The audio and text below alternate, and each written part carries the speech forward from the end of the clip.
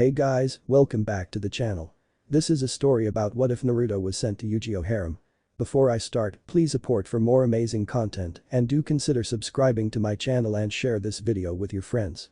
This is written by Redlox2 and link in description and support writer. Let's start the video. Chapter 1 Arriving at Duel Academy. I can't believe it's already time for our little genius to go to Duel Academy. A tall blonde man with a huge grin shouted happily as a very attractive and busty blonde-haired woman next to him rolled her eyes. Geez Joey, you would think you were the one going to Duel Academy, not Naruto-kun. The blonde-haired woman remarked, putting her hands on her hips and smirking at Joey. Geez, no need to be so mean. My nephew is finally going to show the world what the second coming of the King of Games means. Joey explained excitedly, raising his hands in triumph. And2. A man with distinctive tri-colored hair consisting of black, red and yellow chuckled nervously as a beautiful brown-haired woman glared at her friend. Joey. Do not put pressure on my son. T snapped at Joey, who whimpered and stepped back in fear. Me? I would never presume to tell what Naruto should do. Joey claimed, trying to pacify his old friend. Being a protective mama bear as usual. I can't believe Yuge actually puts up with this all the time, Joey thought as he looked away from his smirking wife My Valentine. Naruto. Are you sure you are all ready? Maybe we should wait a year. T asked sweetly, her demeanor and tone having changed instantly when she shifted to her beloved boy. The tall blonde-haired boy smirked at his mother as he yawned and opened his eyes, revealing distinctive blue eyes. He did not inherit his father's distinctive trio hair, but he did receive the yellow which he called blonde and his mother's blue eyes. I wait another year and you will even be less eager to let me go to the island, Mom. Naruto pointed eyes, but his eyes were soft as he gazed up at his mother's loving stare. But T was about to start before her husband put a hand on her shoulder. T. He's right. We could wait another 40 years and you still would not be happy to let him go. It is his time to go his own path. Yugi said gently as T reluctantly nodded her head. Be careful, okay, and call us every day. T told her son, who nodded with a grin. I promise I will call whenever I can. Naruto promised before he wrapped his arms around both parents, who hugged him back. I love you. Naruto said simply and sincerely as Yugi placed his hand on his shoulder proudly. Choose what you feel is right, Naruto, and know we will always support you. Yugi said as a smile appeared on his face. I will make you proud. Naruto promised as they continued to hug for another minute before letting go. He then high-fived Joey, who grinned at him before ruffling his hair. Naruto frowned as his eye twitched at being treated like a kid. Take care of yourself and try to get a girlfriend before the end of the year. Joey told him as Mai slapped him upside the head as Naruto's sweat dropped. Whatever you said, Joey Oji-san. Naruto said with a weak smile. Joey was quickly pulled aside by an irritated T, who decided to give her old friend her feelings right there and then. Naruto laughed before getting enveloped by a very warm embrace by the beautiful My Valentine, who wrapped her arms around Naruto, bringing him into her ample chest. Despite what my silly husband says. Mai begins as Naruto saw T pulling Joey by the ear. We want you to enjoy life at the academy and make friends. Do not feel pressured to have a girlfriend just because that is what you are told, okay? Mai told him, sweetly smiling when she saw Naruto's face turned red when she squeezed him tighter. He still got it, Mai thought happily. She truly loved her husband and was loyal, but she thought Naruto was very cute, so she could not help teasing him whenever she could. She thought he had such expressions and was looking forward to seeing what kind of girlfriend he would eventually bring home. Be sure, whatever you say, Mai Ni-chan. Naruto said, awkwardly rubbing her back as she gradually let go. Mai was old enough to be his auntie, but he remembered when he called her that when he was a teen. He swore only T's own rage kept the sweet if not flirty blonde woman from skiing him alive. I guess she really doesn't look like an auntie, or mom doesn't look old enough to be a mom. Naruto mused as his mother and his honorary auntie still looked youthful and beautiful and still attracted many fans of both genders. After Naruto was released from Mai's tight grip, Yugi coughed, getting everyone to look at him. Okay, now Kaiba has sent a private jet for us to Duel Academy so we can be there for Naruto's initiation, so we best be off. Yugi explained as everyone nodded. They walked outside only to brace themselves as a fancy expensive private jet was running on the launch pad with two men outside standing guard. One man nodded to his partner and waved the gang over. Yugi-san. Naruto-san. And fellow guests. Please come into the jet. Mr. Kaiba has been waiting. The man yelled. And3. The gang happily went into the jet and strapped themselves in while Joey was mumbling to himself. Sure, when I ask Kaiba for some front row seats to a baseball game which I knows he could easily afford, he pretends he doesn't know me. But when Naruto needs a ride to Duel Academy, it is all hands on deck to get him a jet, Joey mumbled angrily. And4. Yugi and Naruto rubbed their heads nervously. Joey and Kaiba, despite no longer being enemies, were far from friends, especially as Kaiba refused to fund any of Joey's requests, no matter how small it was. "Well, Wheeler, I don't mind inviting you on this jet, so feel free to leave and get on a boat." A voice said snidely as the screen blinked before revealing Seto Kaiba's smug face on screen in a suit. "What did you say, rich boy? Come here and say that to my face." Joey shouted, outraged, as Mai held him in his seat. "Sorry, does the monkey have hearing problems now?" Kaiba asked as Joey got even angrier. "Kaiba. Please, if you continue to banter with Joey, Naruto will miss his initiation." Yugi asked politely as Joey pouted. Kaiba frowned before sighing. "I suppose it would take too much time to get Wheeler out of the jet, so just start flying, pilot." Kaiba ordered as the jet started to take off. While Mai was calming Joey down and T was chatting with Yugi, Naruto looked up at Kaiba with cool-headed look. "Godfather." Naruto said respectfully as Kaiba was still one of the richest men in the world. "Naruto. I placed a lot of faith in Yugi-san, so you better not let me down." Kaiba said bluntly, although he turned around so Naruto could not see his small smile on his face. Another thing Joey resented about Kaiba was his best buddy Yugi chose Kaiba to be the godfather of his only child. Yugi explained it patiently that it was more for practical reasons having Kaiba be there for his son made sense, but Joey still felt rather snubbed by the fact. What was more shocking was that Kaiba actually accepted, although he claimed it was to rub it in that loser's face. Much to Joey's ire, Yugi could tell the respect he gained for beating Atem was still there, even if Kaiba refused to admit it. "Of course not, godfather. I plan to be the very best, and not just because of my last name or who I know." Naruto assured him as Kaiba gave him a nod of approval before ringing could be heard in the background. "Sorry, it looks like I will have to cut our chat short. I will be watching live your entrance exam duel, so please make a show for me." Kaiba requested as Naruto nodded his head. A few hours later, the jet arrived on a special landing pad on the Duel Academy Island where Naruto got off first. His parents and their friends promised to join him after his written exam, which Naruto waved off but smiled when he got there. "Name please?" one of the men standing outside the building asked. "Naruto Muto." Naruto said simply as the man's eyes widened before he looked up. "Naruto Muto? Son of Yugi Muto, the king of games?" The man stuttered as Naruto sighed. "Here is some ID." Naruto said as he pulled out some personal ID as the man looked it over and shakily pointed at one of the doors. "Right through there, Mr. Muto." The man said politely with a bow as Naruto shuddered. "Geez, Mr. Muto makes me seem so old," Naruto thought with a sweat drop as he entered the classroom. To his great relief, it appeared that the potential students were too busy focusing on their own papers to notice him enter. He sat down to see a written exam in front of him, so he quickly skimmed it over, going over the pages. "Looks like multiple choice and fill in the blanks mostly. I suppose T makes sense as the practical exam will make us use on the field experience, while this tests general knowledge." Naruto thought as he looked over question 1. 1. Vorse Raider is a monster. Read the first question. Okay, I guess they start off easy. Normal, Naruto thought as he wrote in normal in the blank spot. He finished the rest of the questions with relative ease as it was basic knowledge and problem solving for him. Okay, second last question. It looks like a multiple choice with more than 4 options. You have 100 life points left. Your opponents has 2500 life point left. They have Summoned Skull in attack mode, 2500 1200, AN5.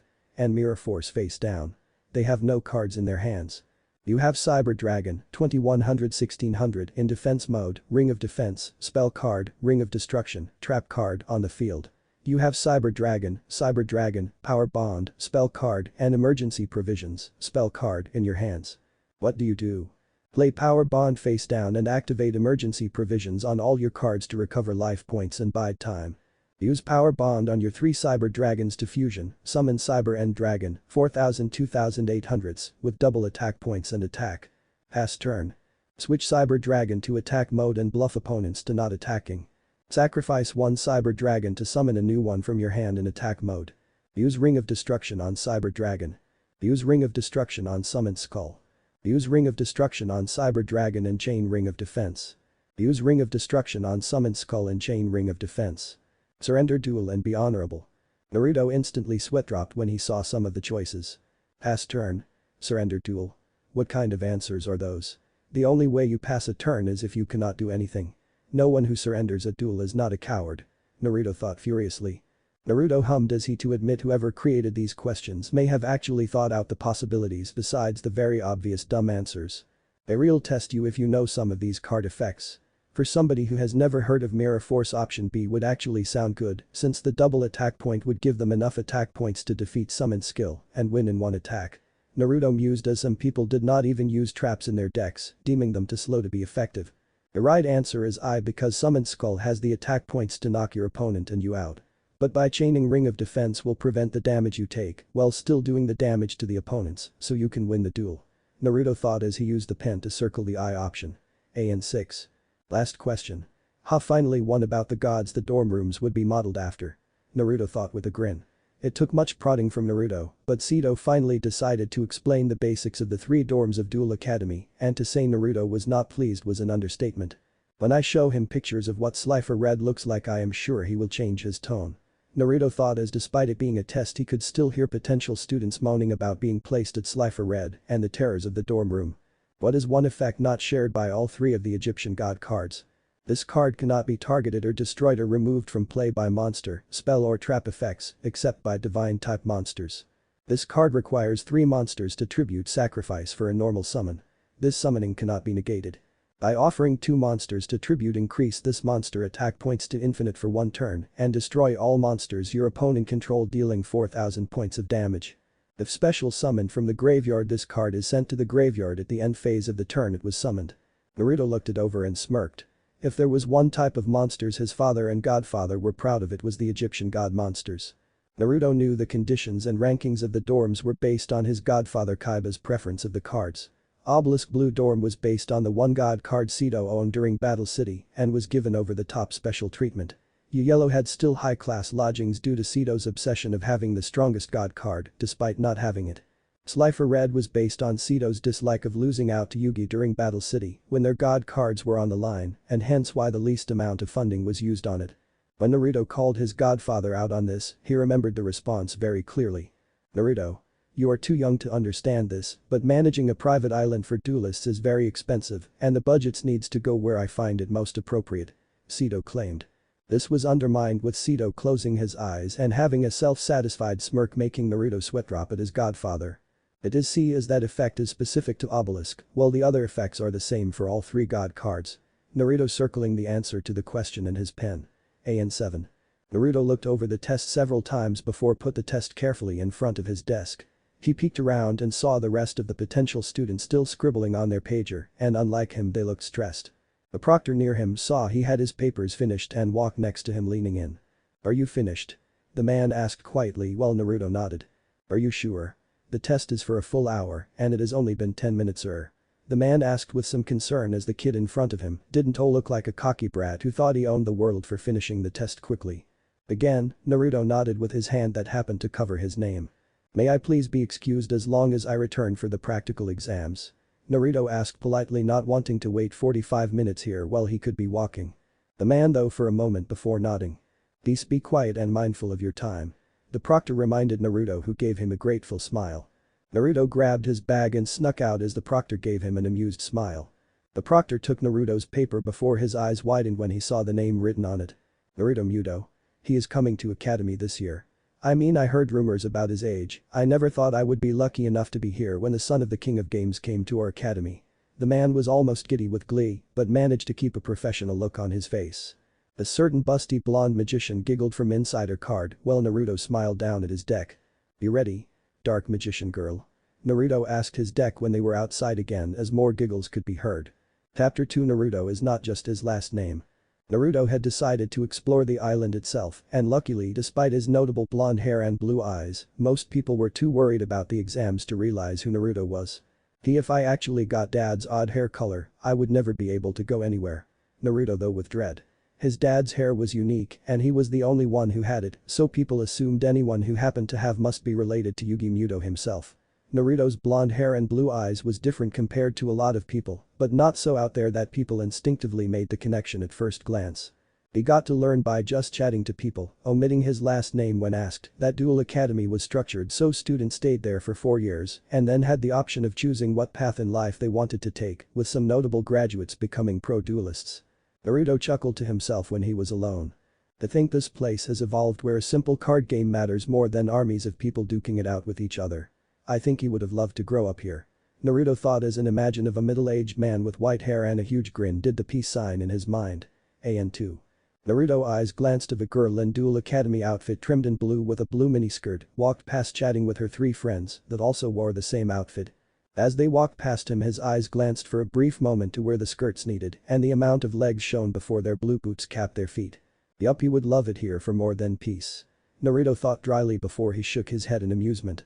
Sure, big sis Mai wears a lot skimpier outfits in public, but she does so to impress and show what she has. These girls are wearing this as part of the mandated outfit and nobody bats an eye. Naruto thought as Mai appeared in his mind with a wink leaning forward as she smirked at him. Naruto was lost in thought until he happened to bump into somebody as he heard a grunt. Sorry, I was lost in thought. Naruto apologized until he heard a familiar chuckle. I guess that makes two of us. Son. Yugi said warmly as Naruto blinked to see his father in rather casual dark clothing and his deck on his hip. Dad? What are you doing here? Naruto asked, startled to see his father walking out and about like him. Yugi gave a smile as he looked up into the air thoughtfully. Your mother was so worried about you no matter how many times I told her this island is safe, I needed some time to collect my thoughts. Yugi admitted as Naruto gave a nervous chuckle. It was well known to Yugi and his friends that T was incredibly protective of Naruto to the point where even Yugi thought it was a bit excessive. Naruto and Yugi shared a laugh until a sigh could be heard from Naruto's deck. Naruto pulled his deck out of his pocket till one card glowed. He carefully and quickly pulled out Dark Magician Girl card out and with a flash of light, she manifested in her beautiful glory. She was slightly shorter than Naruto and Yugi and was wearing her signature magician's outfit that revealed a fair bit of skin including her shoulders, top of her large breasts and her thighs and most of her legs. Her outfit was both light blue and pink with some gold parts as well. Her blonde hair framed her pretty face and green eyes. Naruto personally thought she looked like a knockout which she always seemed to find a way to tease him about. She stretched for a moment before giving Naruto a tight hug, pressing Naruto's chest against her own in a tight hug as she sighed happily. Naruto blushed for a bit before continuing the hug as Yugi just smiled. After a few minutes Dark Magician Girl, or as she liked to be, Mana, pulled away from Naruto before giving a bow of respect to Yugi. Yugi? I hope you're doing good. Mana asked brightly to her former owner. Yugi nodded. I am doing very well. Do you like being with Naruto?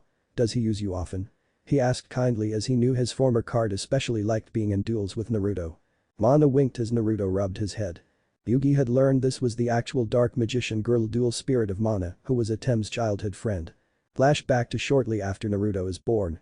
As Yugi's friends and family was watching over and cooing over his newborn son, he felt his deck gives off a strong power similar to when he used Timaeus, so he excused himself and went off to an empty room and pulled out his deck. One card was flashing so he pulled it out and then a bright light appeared blinding him for a second. When he regained his focus, he saw someone he never thought outside a duel. Dark Magician Girl? Yugi asked in surprise as the dual spirit gave him a kind smile, along with a wink and peace sign. How's it going, Yugi? Dark Magician Girl asked playfully as Yugi opened his mouth a few times trying to process this. How are you here? Didn't you and the legendary knights return to the domain of the beasts and dual spirit world? Yugi asked rather incredulously as he vividly remembered along with Atem seeing the dual spirits after they helped beat Darts and the Great Leviathan. Dark Magician Girl giggled and waved at him cutely. Silly, that wasn't me that left. Dark Magician Girl said as Yugi looked confused still. Here, let me explain. That Dark Magician Girl who helped you defeat Darts was a dual spirit from 10,000 years ago and she did leave to go back to her world. I was the Ka, or as you know, dual spirit of Mana. Dark Magician Girl explained as Yugi looked at her in understanding. AN3. Okay, that makes sense, but if you are Mana's dual spirit, shouldn't you have moved on with her and Atem? Yugi asked as Dark Magician Girl blushed. Yeah, Atem and Mana are kinda happy to see each other after 5,000 years apart and you know, Dark Magician Girl said awkwardly as she looked away from Yugi. Oh, you mean they are together? Yugi asked, not that surprised as even in the memory world he could see Mana and Atem had a very special bond. Master Mahit has gone on ahead of me with them. Dark Magician Girl mentioned, subtly avoiding confirming Yugi's question. Dark Magician Girl looked back at Yugi with a thoughtful expression, putting her hand on her chin. Besides, I felt my role here on Earth was not yet done, but I could not figure it out, so I kept my spirit in your card till now. Dark Magician Girl explained before she looked past Yugi into the room where Naruto was sleeping. Wait. You mean my son has a role to play for you? Yugi asked protectively as Dark Magician Girl smiled at his fatherly protection. I am sure your son will love dueling like his father, so when it is time give him my card and we shall see what the future hold together. Dark Magician Girl said, gasping a hand over her heart. Yugi thought for a moment before nodding. Back to present. Yugi had kept his promise and given Naruto his copy of the Dark Magician Girl, who instantly bonded with Naruto and vice versa. Dark Magician Girl had quickly gotten annoyed at her formal title being used by Naruto, so they agreed when it was them talking, she would be called Mana to honor her master who was no longer with them. Mana looked at Yugi's deck with a head tilt for a moment before looking at Yugi thoughtfully. I don't sense winged Kurobo in your deck anymore. Mana noted as Naruto raised an eyebrow. Didn't you just get him recently? Naruto asked as Yugi chuckled. When winged Kurobo was added to Yugi's deck, the spirit of Kurobo was all mad, and as Naruto lovingly called it, a furball fight happened with each Kurobo's rather cutely tried to get dominance over the other in Yugi's deck. Yugi had a fond smile as he remembered a brown-haired boy about Naruto's age passing by. I had a gut feeling that winged Kurobo belonged with another young man I passed by. His honest spirit and personality made me think he would treat him right. Yugi admitted as Naruto whistled. Must be one hell of a person for the all-powerful king of games to favor him with a card from his own deck. Naruto joked as Yugi gave him a fake scowl and mock frown. Father and son shared a laugh until Mana coughed, getting their attention. Naruto, aren't you supposed to going to the practical exam now? Mana asked as Naruto's eyes widened before he checked his phone. Shoot. I am late. Naruto shouted as he quickly ran back to the building where he was supposed to go. Yugi just quietly walked back and mumbled, maybe T did have a right to worry about our son. Naruto sprinted back to the room quickly, only to see a duel was happening. A feminine-looking older man with blonde hair and superior attitude with a brown-haired teen who still had a smile on his face, as if dueling was enough for him to survive off. So Mr. Yuki, did you intend to surrender? Dr. Crowler asked mockingly, already judging Jaden. Yuki as a slacker. Dr. Crowler uniquely had his dual disc attached to his stomach instead of his left hand like most duelists. Crowler had 3,000 life points, 2 cards in his hand, an ancient gear golem, 3,000 on the field. Jaden Yuki had elemental hero Burstinatrix, 1,200 on his field, along with 3 cards in his hand. Naruto quickly noticed this was probably a lecture hall, due to the sheer size of the room and the fact that there was countless rows of connecting desks, which would likely be used for lectures of studying. So Dr. Crowler is using ancient gear monsters, huh? Pure power and attack force, as they can penetrate through defensive monsters to inflict damage and have the ability to shut off spell and trap cards when they attack. Naruto thought, since he knew a lot of archetypes and their general themes. He looked over Crowler's side. Naruto was leaning hidden in the tunnel to get to the duel arena so nobody could see him, but he could hear everyone and see the duelists. He glanced over to Jaden's side and sighed, the female elemental hero. Jaden must be using that fusion-heavy elemental hero archetype I heard about. Low attack monsters but big rewards when they fuse together. Naruto mused before remembering what Sito and Yugi had to say about that archetype. Sito dismissed the archetype as being too reliant on fusions and commented the cards alone were fairly weak on their own. Yugi had a more positive feeling, commenting that the cards complemented themselves and had many support cards. AN4. Mana had returned to her card while Naruto was running, but she could still telepathically talk to Naruto in her card form. Naruto. Mana thought to him. Naruto thought back. I sense winged Kurobo in Jaden's deck, or more specifically his graveyard. Mana told him as Naruto nodded with some respect. So, this is the person Dad bumped into. He must be something special if a card spirit wanted to go with specifically. Naruto mused, missing the irony of Mana picking him specifically to be with. Not teach. I am just getting my game on. Jaden exclaimed confidently as he glanced at his hand. Perfect, just the cards I need to turn this around. Jaden thought as he had Warrior Returning Alive, Normal Spell Polymerization, Normal Spell and the newly drawn Skyscraper, Field Spell. This is for you, winged Kurobo. Jaden declared quietly, which nobody besides Naruto caught, who had a soft smile on his face. Okay, here goes. I am going to bring back Avian back to my hand with the Warrior Returning Alive. Jaden announced as he activated the spell card. The Warrior Returning Alive, Normal Spell. Target one warrior type monster in your graveyard. Add the target to your hand. Jaden promptly selected Avian and added to his hand before summoning him in attack mode. Elemental hero Avian, 1000, stood proudly alongside his fire companion against a much bigger ancient gear golem. Very impressive, but another amateur mistake. Crowler mocked. On their own they are weak, but together they are strong. Jaden declared before he revealed in his hand polymerization. Now fusion Avian and Burstinatrix together to fusion summon. Jaden said as his 2 heroes hovered in the air before dissolving into particles which recombined to form one monster. Say hello to the elemental hero Flame Wingman. Jaden shouted, 2100 as his new normal shouted at Crowler. POLYMERIZATION normal spell card. Send to the graveyard monsters from your hand and or field monsters listed in a fusion monster requirement. Fusion summon one fusion monster. That's more like it. Go Jaden. Cirrus cheered on as Naruto peeked up and saw in the stands a short blue-haired boy with glasses cheering on Jaden. Yes, good show, but unfortunately even fused together the wingman is still 1000 points short to topple the ancient gear golem. Bastion said as Naruto saw a young man with a professional look in silver jumpsuit. Shame too because the wingman has the ability to deal damage to the opponent equal to the destroyed monster attack points whenever it wins in battle. Bastion said glumly as Cirrus' eyes widened. Right out of their life points. That would have turned the deal around for Jaden. Cirrus noted. Back on the field Crowler still had a condescending look despite being mildly impressed Jaden could actually summon a high-level monster in the first place. Are you done yet? I am still rather busy. Crowler asked in annoyance. Jaden still had a confident smirk. Of course not. I knew Wingman was still too weak so I have this card. Jaden declared as the field spell card slot on his dual desk flipped, allowing a slot to be revealed. Skyscraper. Jaden announced as the virtual solid effects activated changing the field as the spell activated. Suddenly a dozen skyscrapers appeared around Crowler and Jaden, with a wingman stranding on top of the highest one in contemplation. It even changed the scenery to night with a moon in the distance. Now wingman show that tin bucket what you can do. Jaden announced as the wingman grunted before leaping off the skyscraper and flying towards the ancient gear golem. Crowler smirked and raised his arms as if to welcome the attack. Go on. That silly skyscraper has not lowered the attack strength of my golem by a single point. Crowler taunted as it was shown that golem still had 3000 attack points.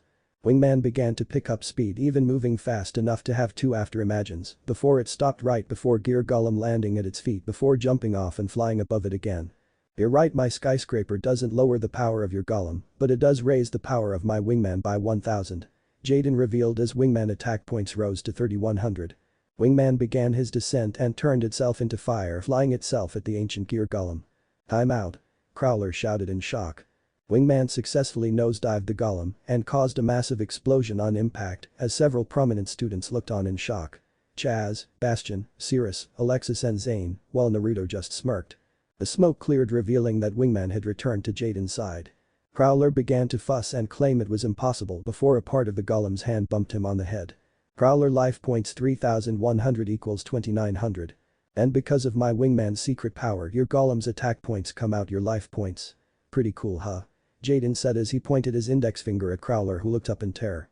His golem was still there but promptly broke apart into pieces which fell over and buried Crowler in the rubble. Crowler life points 2900 to 3000 equals minus 100 equals 0. Yu-Gi-Oh! GX theme plays. And that's game. I guess I passed the test Teach. Jaden asked as he gave a signature pose with a wink. This get cheers from everyone in the stadium while Naruto clapped from his hidden spot. That Jaden is sure is something. I can see why dad saw potential in him. Naruto thought approvingly. After the virtual effect wore off Crowler got up and mumbled under his breath, there is no way I lost. Not to this delinquent. Chaz with his lackey friends looked shocked at the turnaround claiming it was dumb luck.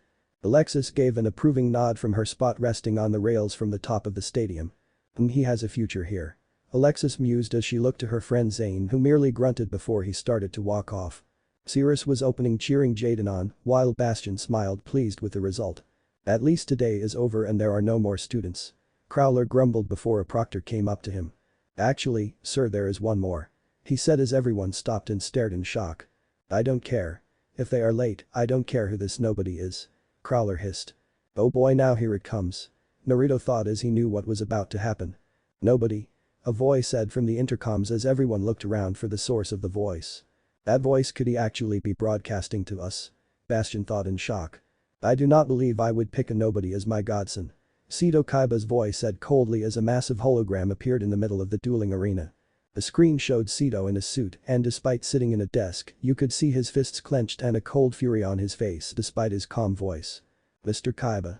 Crowler shouted before he got on his knees. Pardon my rudeness. What an honor it is to have your presence at our luxurious school. Crowler claimed trying to butter the man who owned the school and hence his job. Dr. Crowler, I have heard several disturbing rumors about you.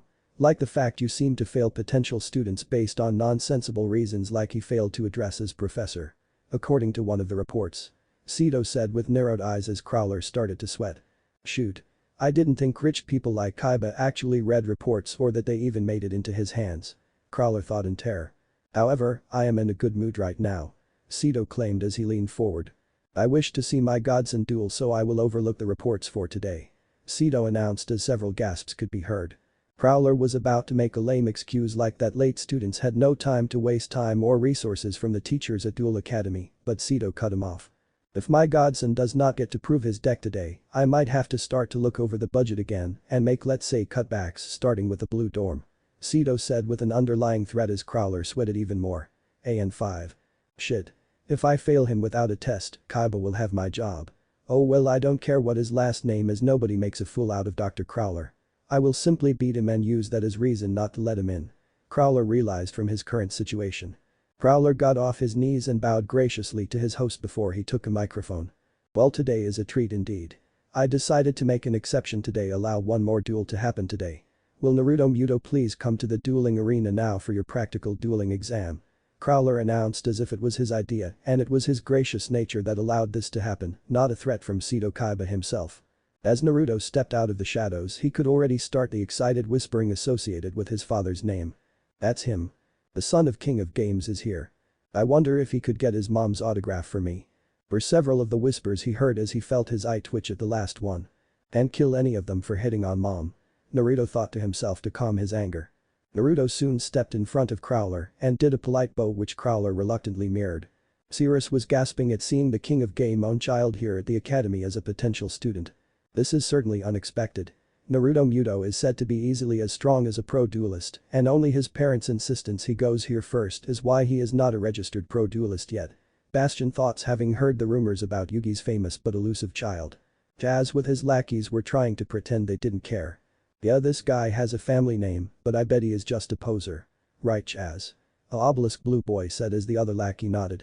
Yeah, I bet Crowler beats him in one turn. Chaz announced. Alexis looked over at Naruto fit in muscular form and whistled before she glanced at Zane. Well, he looks certainly handsome enough to be famous. Alexis remarked as Zane raised an eyebrow. Let's see if the kid has the kids to back up the name. Zane replied coolly. Prowler and Naruto stepped back several feet before their dual discs activated. Duel. They both shouted. Prowler life points 4,000. Naruto life points 4,000. Mr. Muto please make the first move. Crowler declared in fake politeness as Naruto resisted rolling his eyes. Right, here goes. Naruto said as he drew a card. Emergency provisions. Naruto's hand 6 cards mirror FORCE trap SCAPEGOAT quick play spell obnoxious Celtic guard 1400-1200 breaker the magical WARRIOR 1600-1000 skill dark magician 1900-1700 emergency provisions quick play spell card. I summoned skill dark magician in attack mode. Naruto declared after a moment of thought. Skill dark magician 1900-1700 appeared in front of Naruto with a staff out. Plus, I placed 3 cards face down. For later. Naruto added before 3 cards appeared in his spell and trap zone. Scapegoat, mirror force, emergency provisions. I end my turn. Naruto stated ending his turn. And stands. Good show. Naruto's certainly off to a solid start. Bastion mentioned as Cirrus nodded. Yeah, I heard if that skilled dark magician gets 3 spell counters, he can trade himself for the real dark magician. Cirrus said excitedly. True, but I wonder if Crowler will let it live long enough. Bastion thought ominously. Back with Crowler. My turn. Crowler said dramatically. I activate the spell card destruction. So sorry if you had any good cards in your hand. Crowler said with mock sorrow. Card destruction, normal spell card. Both players discard every card in their hands to the graveyard. Both players draw cards equal to the normal discarded. Naruto grunted as he tossed out obnoxious Celtic guard and breaker to draw 2 cards. Bull Crowler discarded 5 cards to draw 5 cards. Looks like we are going to have no more new students this year. Crowler thought gleefully. First I activate Pot of Greed, Crowler stated. Pot of Greed normal spell card. Draw 2 cards. The green pot appeared and on Crowler dual disc draw 2 appeared which Crowler happily picked up. Now I activate Monster Reborn to bring back Trojan Horse. Monster Reborn. Select 1 monster from either player's graveyard. Special summon that target on your side of field and face-up attack or defense. Trojan HORSE 1600-1200. This card can be treated as 2 monsters for a tribute summon of an Earth-type monster. He would only bring back that monster. Alexis noted. If he wished to tribute it as it was a special summon. Zane said with a smirk. Now I offer my Trojan horse as a sacrifice to summon my all-powerful ancient gear golem. Crowler shouted as his horse neighed before vanishing. In its place the massive ancient gear golem appeared and glared down at Naruto, who looked coolly at it. Ancient gear golem 3000.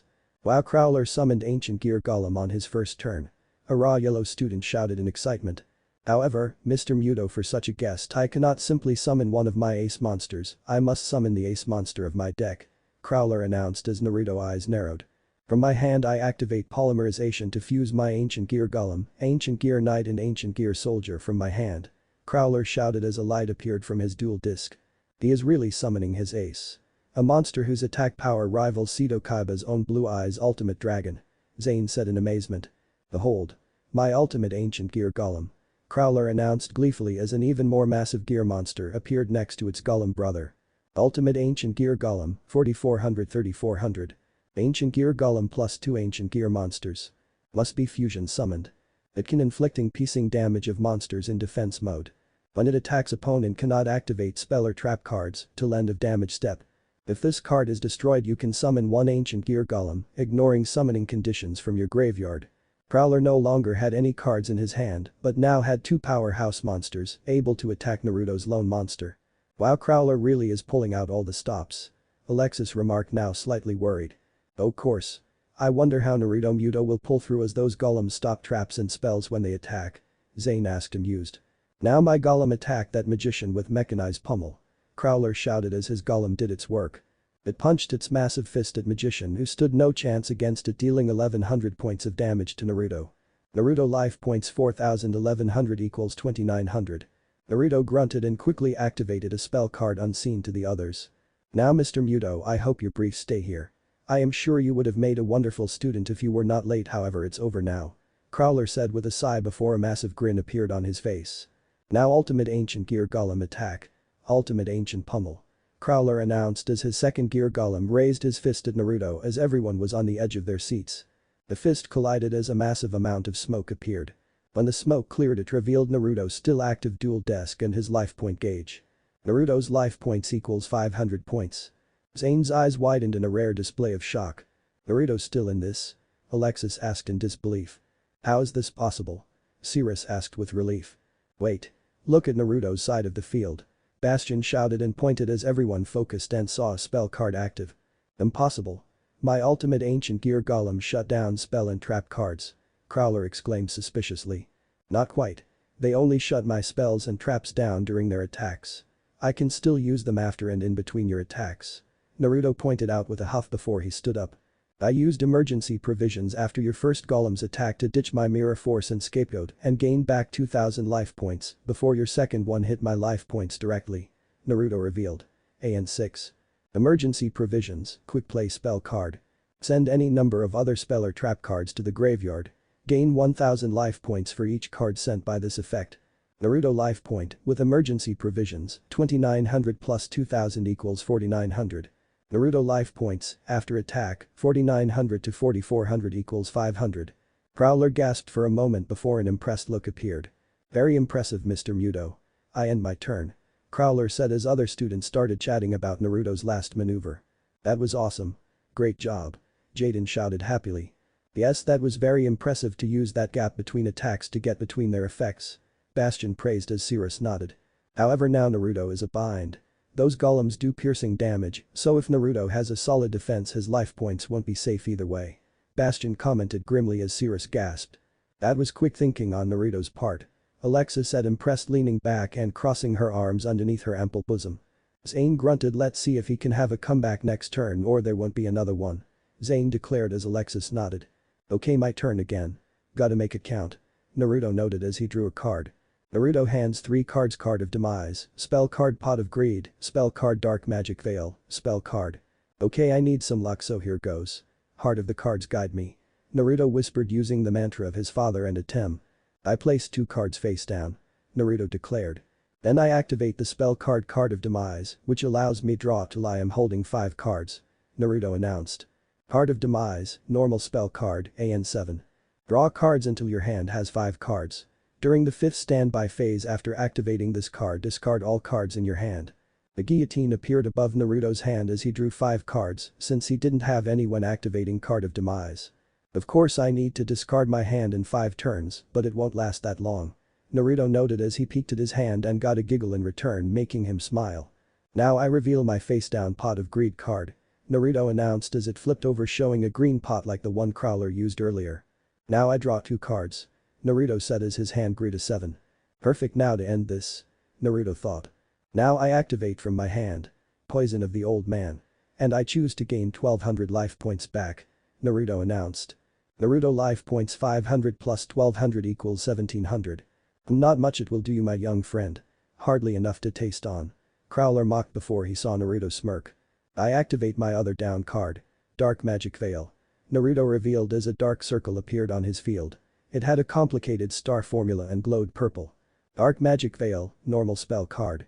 Pay 1000 life points. Summon 1 dark spellcaster monster from your hand or graveyard. That is why he regained life points. He needed them to play his Veil card. Crowler stated in realization. Now from my hand I summon the all-powerful and unique Dark Magician Girl. Naruto shouted as the circle glowed ever brighter now. What? Dark Magician Girl. Impossible. She is the cutest card in existence. Please marry me, Dark Magician Girl. Were various students shouting in anticipation. The circle expanded before it faded away as a figure in darkness appeared in front of Naruto's side of the field.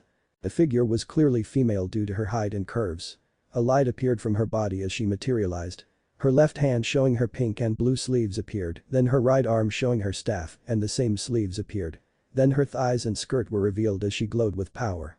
Then her pretty blonde face with her sorcerer hat and green eyes appeared before sparkles and hearts appeared as she spun around before her entire form was illuminated. Think of her first summoning in Yu-Gi-Oh!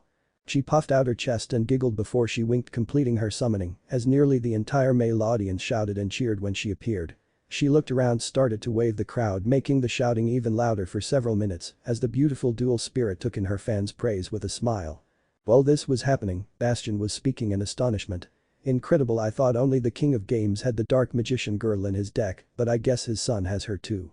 Bastion remarked to Cirrus, only to see Cirrus hanging over the railing, trying to get the Dark Magician Girl attention, making Bastion chuckle nervously. Zane was unaffected by the appearance of the monster, but did facepalm at his little brother's reaction. Alexis whistled, impressed that such a monster actually existed who was both cute and sexy at the same time. Mana twirled before she turned to Naruto with a kiss in the air and wink as she settled into place.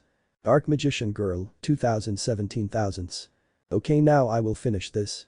I activate the spell card, Naruto claimed before getting cut off, as to the shock of everyone except Naruto. Dark Magician Girl actually hovered behind Naruto and appeared to grab the spell card Naruto was about to use in her hand, preventing him from using it. She pouted and put her other hand on her hip in disapproval, making her even seem even more beautiful.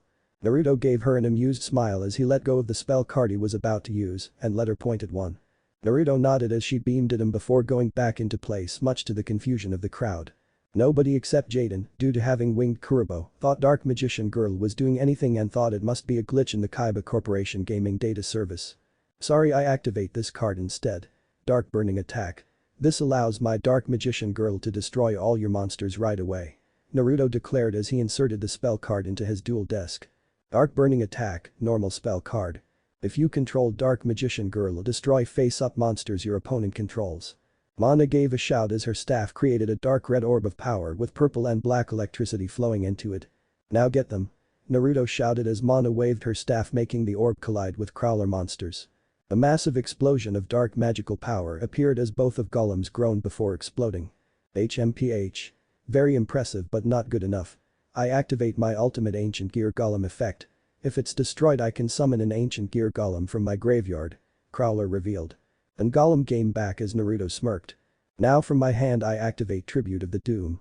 Now by discarding 1 card I get to destroy your revived Golem and send it right back to the graveyard. Naruto said as he activated the spell card and discarded a card. Several bandages appeared below the golem as it groaned before it got dragged into the ground and back into the graveyard. Crowler shouted in fear as he was now defenseless. Now so my Dark Magician Girl can finish this. I play my final spell card Excalibur. Naruto revealed as Mana's staff disappeared only for a sword to appear in her hand as she swung it several times. Excalibur, continuous spell card. 1 monster you control doubles its attack points. Skip draw phrases. If you draw a card or if the monster that receives this effect is removed from field, destroy this card. Dark Magician Girl, 4000 1700s, level 6. Now Mr. Muto, we can talk this over. No need to be hasty. Crowler pleaded, seeing the buffed up girl was now powerful enough to wipe him out in one attack. They only saw Naruto and Mana's dark smiles as they shook their heads. Now my lovely magician, please show him your magic. End this now. Sort of dark burning attack. Naruto shouted.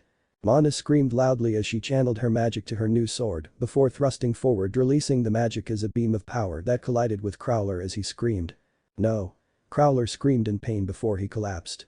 Crowler life points 4000 minus 0 life points. Chapter 3 Cheating his dorm.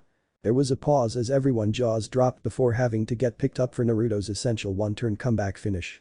Naruto had depleted all of Dr. Crowler life points in a single turn, despite his own being drained to the fumes the turn before.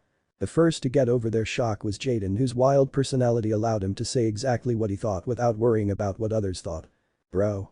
That was so awesome. Jaden cheered, yelling through his hands as Naruto turned around with a humble smile. I guess I did okay. Naruto asked nervously with his eyes closed and his hand rubbing his hair. Okay. That was fantastic. Although I do wonder what card he was about to play before his dual disc malfunctioned. Bastion thought with a smile. There was conclusive proof on the existence of dual sprites, so he refused to acknowledge Naruto's Dark Magician Girl card did anything. Soon the entire stadium was filled with clapping and cheering as Naruto gave a few waves of his hand. Thanks everyone. Naruto thought as he gazed at his deck with an imagine of Mana winking at him and blowing him a kiss. Anytime. Mana cheered with a wave.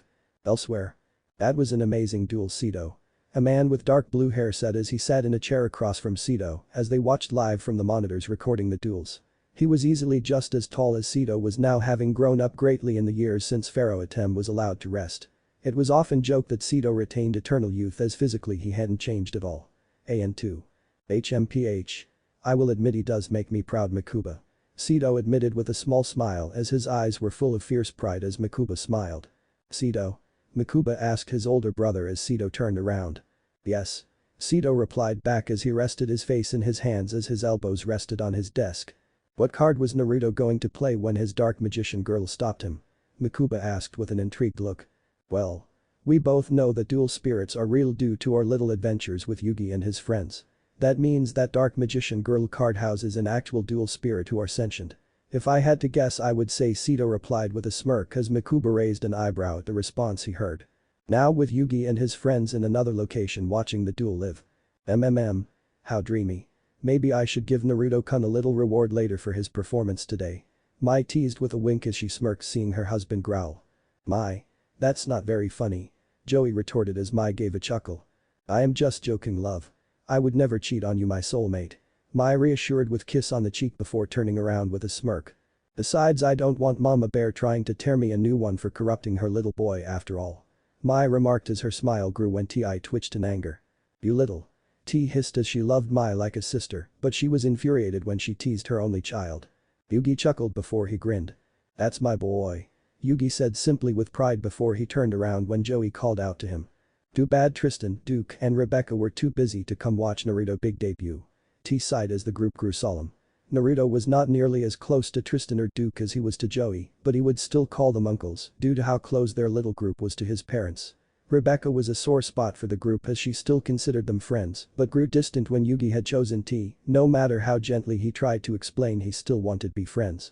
Grandfather will be thrilled when I tell him the news. Yugi thought with pride as he swore his grandfather appeared to be 40 years younger when Naruto was born. He had even said Yugi becoming a father was Yugi's greatest achievement in his mind, much to Yugi's embarrassment. Hey Yuge. What card was Naruto going to play before his Dark Magician Girl card freaked out? Joey asked as everyone turned to the king of game, who looked thoughtful. I can't be sure as we couldn't see into his hand, but if I had to guess it was that card. Yugi mused as Joey and my eyes widened. Wait. You mean one of those cards that Pegasus made specifically for Naruto-kun? Mai asked in astonishment as Yugi nodded. Yup. Pegasus finds Naruto fascinating after all. Yugi commented as T had a look of motherly love as she watched Naruto on screen looking rather sheepish. My little boy is growing up so fast. T said with a sigh. If he played that card, Naruto would have still won, but maybe a more dramatic way. Yugi said as he started to explain what would have happened. What would have happened if Naruto played the other card? Okay, now I will finish this. Now I play this spell card. Naruto announced as he played a spell card as his hand shrunk to only 4 cards now. I play the spell card the Eye of Timaeus. Naruto revealed as a bright light appeared as a massive green dragon with a scar over his eye appeared with a roar. What is that card? Crowler asked in astonishment which was shared with most of the crowd. Wait, I remembering reading about how when the world was threatened by someone called Darts. Yugi Muto, Joey Wheeler and Sito Kaiba had some sort of cards that summoned dragons that were said to rival the Egyptian gods themselves. But I heard the cards disappeared when the threat was over and Pegasus never made a copy for distribution. Bastion thought with wide eyes. AN3. Now Timaeus combined with Dark Magician Girl to form. Naruto commanded as mana floated to Timaeus and there was an intense white light before it faded away. Now Mana was riding on Timaeus' back with silver armor instead of her robes and a single-hand shield and single-hand sword in her hands. Dark Magician Girl the Dragon Knight. Naruto revealed as Timaeus roared and Mana gave a shout as she swung her sword. Wow, Dark Magician Girl is even prettier. Half of her fanbase declared with hearts in their eyes. The other half were scanning her with their eyes mumbling she is still pretty but the dragon seems off. Sirius had a comical expression halfway between pure joy and pure terror at seeing his favorite dual monster card in a different form. Dark Magician Girl the Dragon Knight AN4 Level 7, 2600-1700 Dark Attribute Dragon Fusion Effect Description.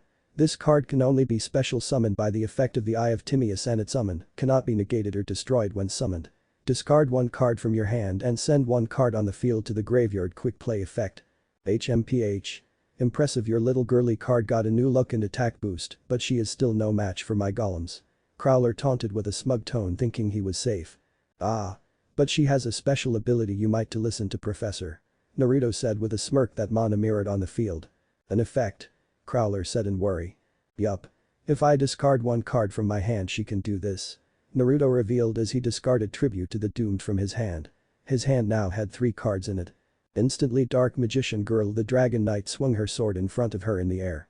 Timaeus, or at least the dragon she rode on, roared as a blue beam appeared in front of its mouth. It shot and caused an explosion at the ancient gear golem who vanished into thin air. My golem. Crowler screamed as Naruto smirked. That's what teach. Her effect is not once per turn either. Naruto revealed as he sent Dark Burning Attack from his hand to the graveyard as his hand went down to 2 cards. Again Mana swung her sword and Timaeus again roared sending another beam at the other golem. Ultimate Ancient Gear Golem groaned as he vanished into thin air. No, my ultimate golem. Crowler cried before he noticed something. Wait. Why didn't my golem effect activate? Crowler shouted as Naruto shrugged.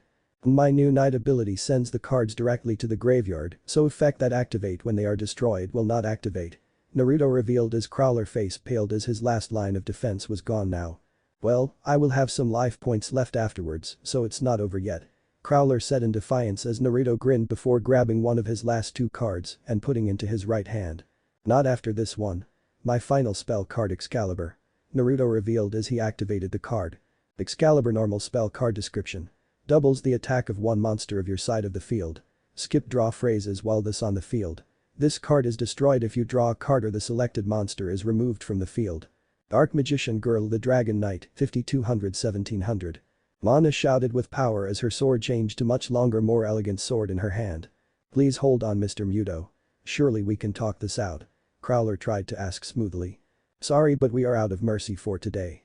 Naruto mocked as he nodded to Dark Magician Girl the Dragon Knight, who nodded back.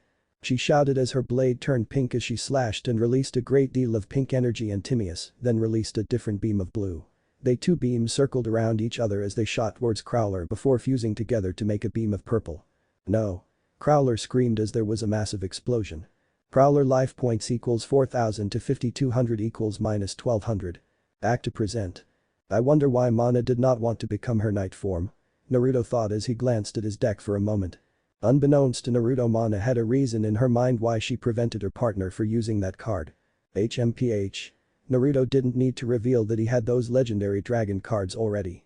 Mana thought rather indignant, thinking Naruto would be showing off one of his hidden aces on his day. Plus that armor is so annoying and sweaty. I can't move freely in them. Mana whined in her mind as Timaeus in his deck got a sweat drop. This woman, Timaeus thought dryly. How is Naruto supposed to notice me when Timaeus is bigger than me? I mean, I am not vain, but I know I take the stage when I get summoned in this form. Mana thought proudly, which Naruto was completely unaware.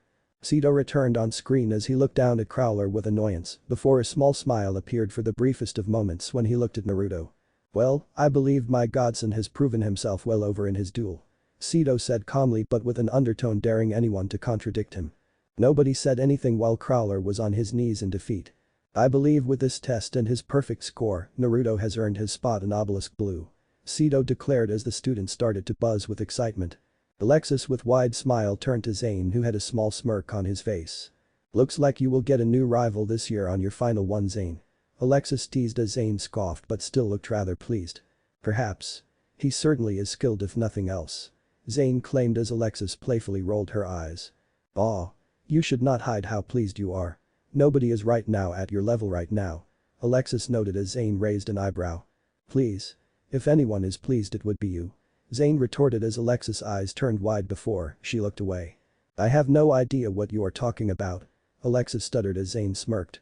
He is certainly interesting. Alexis thought as she gazed down at Naruto. As everyone else was excitedly talking about Naruto being promoted right away to Obelisk Blue, besides Jaden, who did not know about how the ranking and dorm system worked before coming to the school. Prowler had gotten back up and coughed as Sito, and everyone else turned to him with a frown. Well, I will admit the duel was exceptional. Crowler claimed with a wide clearly fake smile on his face. Why that little? Hulminating while the Sito Kaiba was watching.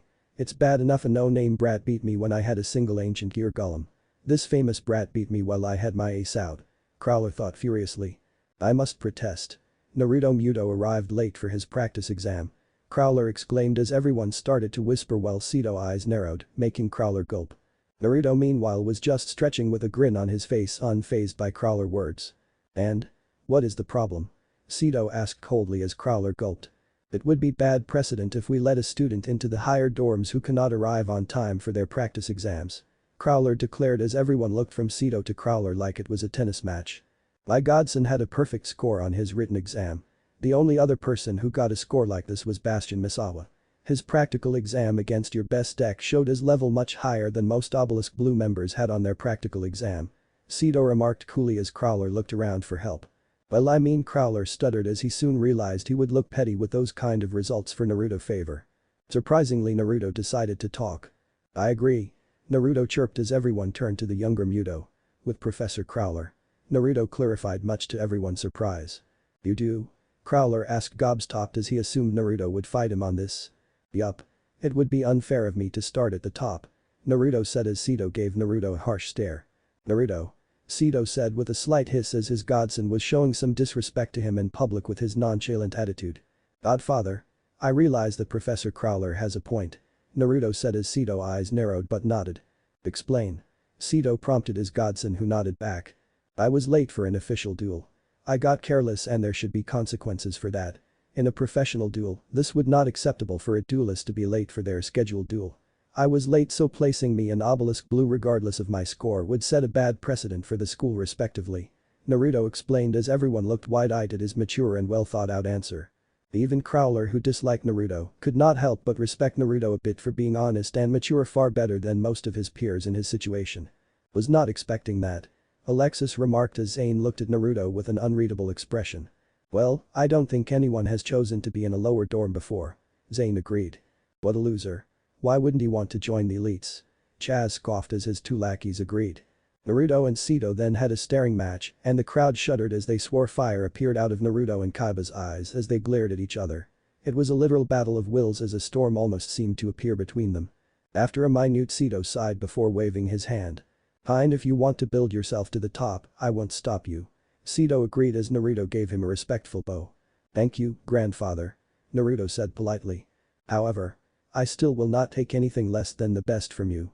If I find out you are slacking off there will be consequences. Sito warned as Naruto nodded. I understand. Naruto said as Sito nodded before he turned the monitor off. Wow, you have gotten softer, big bro. I didn't think you would let Naruto intentionally start from the bottom if he asked. Makuba remarked as Sito had a small smile. Make me proud, Naruto. Kaiba thought with a smile. Very well. The entrant exams are over. You have been assigned to your dorms and uniforms have been made for all. Please come to the helicopter pad at the top to get to the actual academy and your new home. Crowler announced once he got his bearings down. This will be fun. I am assuming that Jaden will be in Slifer too, as it appears he was late too, so he would not be placed in a higher dorm, even if he beat Crowler. Naruto mused as he followed the group, ignoring the whispers spoken about him. Chapter 4 Slifer Red is not so lame. Bro. Looks like we will dorm mates. Jaden exclaimed excitedly as he wore his new Slifer Red jacket with pride. Indeed. I hope we can be good friends, Jaden. Naruto replied with a smile as his new jacket was mostly black but had red sleeves to show his dorm colors. Of course. Yugi is my role model. I mean, he is the king of games. Jaden said with a wide grin before he gave Naruto a challenging look. But don't think just cause you are his son you will be the next king of games. That title is mine. Jaden declared as he raised a hand up as Naruto shrugged. I never claimed I would be the next king of games, but best of luck, Jaden. Naruto told him as he climbed into the helicopter which would lead them to the actual dorm. Oh, and Bastion was it. I am sure we will duel in the future. Naruto added as the startled raw yellow widened his eyes before a smirk appeared. I should hope so. I plan to fully map out a deck just for you when the time comes. Bastion said as Naruto just waved. Naruto took the elevator with the other Slifers Jaden and Cirrus, with the latter barely able to talk to Naruto without stuttering. Confidence issues, huh? Naruto thought with a sigh. But he seems like to be friendly enough. Naruto added as he watched Cirrus be more at ease with Jaden, while Naruto absentmindly watched out the helicopter. Soon they arrived on the main Duel Academy island where the dorms actually were. They were each handed out a handheld PDA with a schedule and contact information before the driver took off on the helicopter. Seems like Slifer's dorm is that way. Naruto commented as he pointed towards the forest. The Slifer Red dorm appeared to be shortly from the haber they landed at. Woo. Time to see our new dorm. Jaden said rather excitedly while Cirrus gave a smile. Cirrus said with a half-hearted fist bump. I hope it's not as bad as the rumors say. Cirrus thought desperately. It turned out after their short walk that it was worse than the rumors said. The dorm was little more than 2-floor motels with approximately 4 rooms per floor. This place sucks. It looks like an outhouse with a deck. Cirrus cried as Jaden just laughed. Wow, I guess they got us good, huh? Jaden said with a smile. Pretty sure the servants at the Kaiba mansion would faint if they had to clean over here. Naruto thought dryly as despite his public appearance, Sito was fair to the staff employed for his family's care. Naruto occasionally stayed at the mansion, particularly when he had lessons from Sito and Makuba. After a minute of staring at the depressing place, especially for Naruto who knew Sito funneled millions of Kaiba Corporation money into the island, as if hoping it would magically become better, Naruto and the new Slifers reluctantly entered the room labeled Welcome Room. Welcome, welcome. So we have 3 new Slifers this year. Well, I am Professor Lyman Banner and I am the head of the Slifer Red dorm.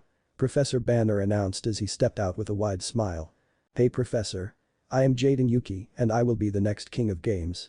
Jaden announced with a grin as Banner just smiled. I see. Well, confidence is easy to show, but skill is another thing, my young friend. Banner noted as Jaden laughed. Hello. My name is Cirrus Truesdale. Cirrus stuttered as Banner gave him a kind smile. Ah. The younger brother of the school's ace Saint Truesdale. I see. Well, I hope you will find this a fun place. Banner commented as he looked at Cirrus for a moment longer. And who is our blonde friend in the back? Banner asked loudly as Naruto sighed before Jaden lightly shoved him forward. I am Naruto started before Jaden interrupted him. At this. He is the son of Yugi and godson of Kaiba. Jaden said excitedly as Naruto glared at Jaden for hyping him up. Naruto Muto. I heard the rumors, of course. But to think he would come to the academy is another thing. Banner whispered the last part before tilting his head. But wait. With your skills surely even as a first year you would start in raw yellow if not obelisk blue.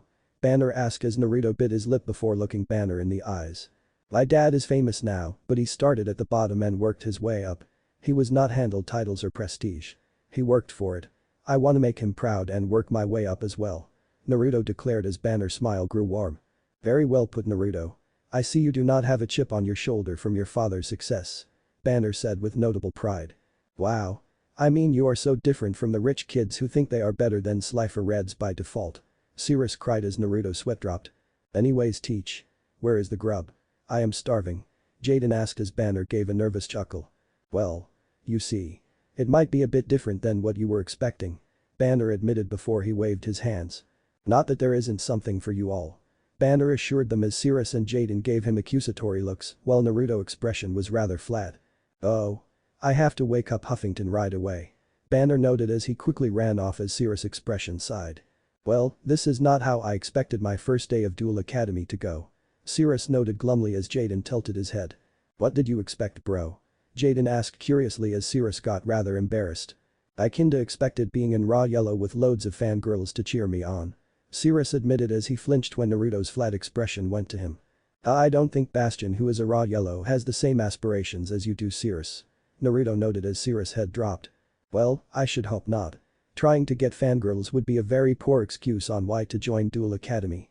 A tired feminine voice said as everyone turned to a door on the other side of the room. Hello, my name is Midori Hibiki and I suppose you call me the co-head of Slifer Red. A kind voice said as she walked out of the door with a smile. Jaden had a huge smile while Sirius blushed and looked down. Naruto had a grin as he looked over the new arrival to the dorm. Hibiki long black hair that reached to her lower back with several strands framing her face. She had dark-colored eyes that shone with amusement and kindness as her smile seemed natural and not forced at all.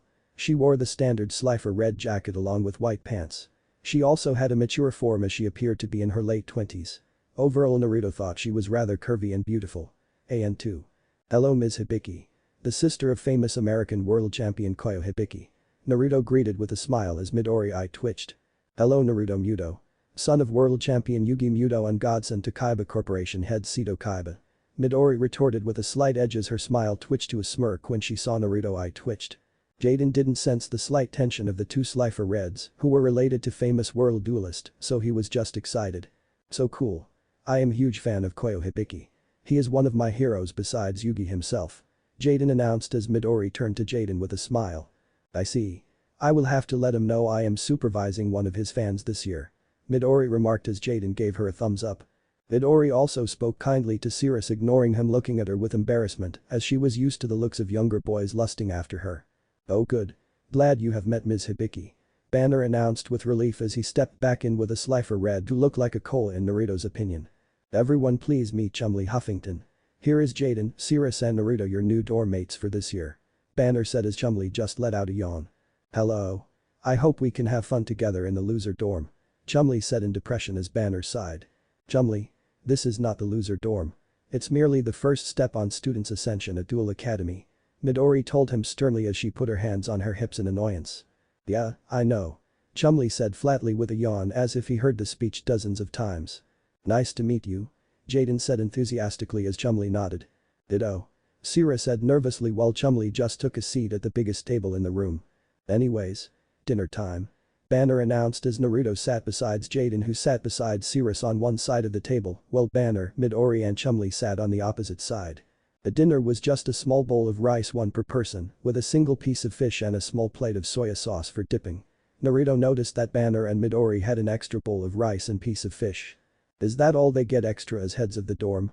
Naruto thought dryly. This is dinner? Sirius asked with tears in his eyes. Yup enjoy. Chumley said with a sigh. Look. It might not seem like much but it's quality over quantity, right? Midori claimed although everyone could tell even, she was a tad annoyed at how low quality the Slifer dorm got. Well at least it's cooked right. Jaden asked cheerfully as he chuckled when everyone gave him dry looks. Get used to it. Unless you manage to at least raw yellow this is the best you can expect from our dorm. Chumley said rather glumly as Banner and Hibiki sighed but did not despite the fact. Naruto sighed as he pulled out a small metal plate from his pocket about half the size of his hand. It's as good as time as any. Naruto commented as everyone gave him confused looks. Time for what? Hibiki asked before Naruto tossed the plate at the floor. Much to everyone's surprise there was a puff of smoke before the plate hit the ground and after the smoke cleared there was a massive refrigerator that had no cables but had lights and displays on. My word. Banner yelped in surprise as everyone stood up in shock. Is that a fridge? Jaden asked excitedly.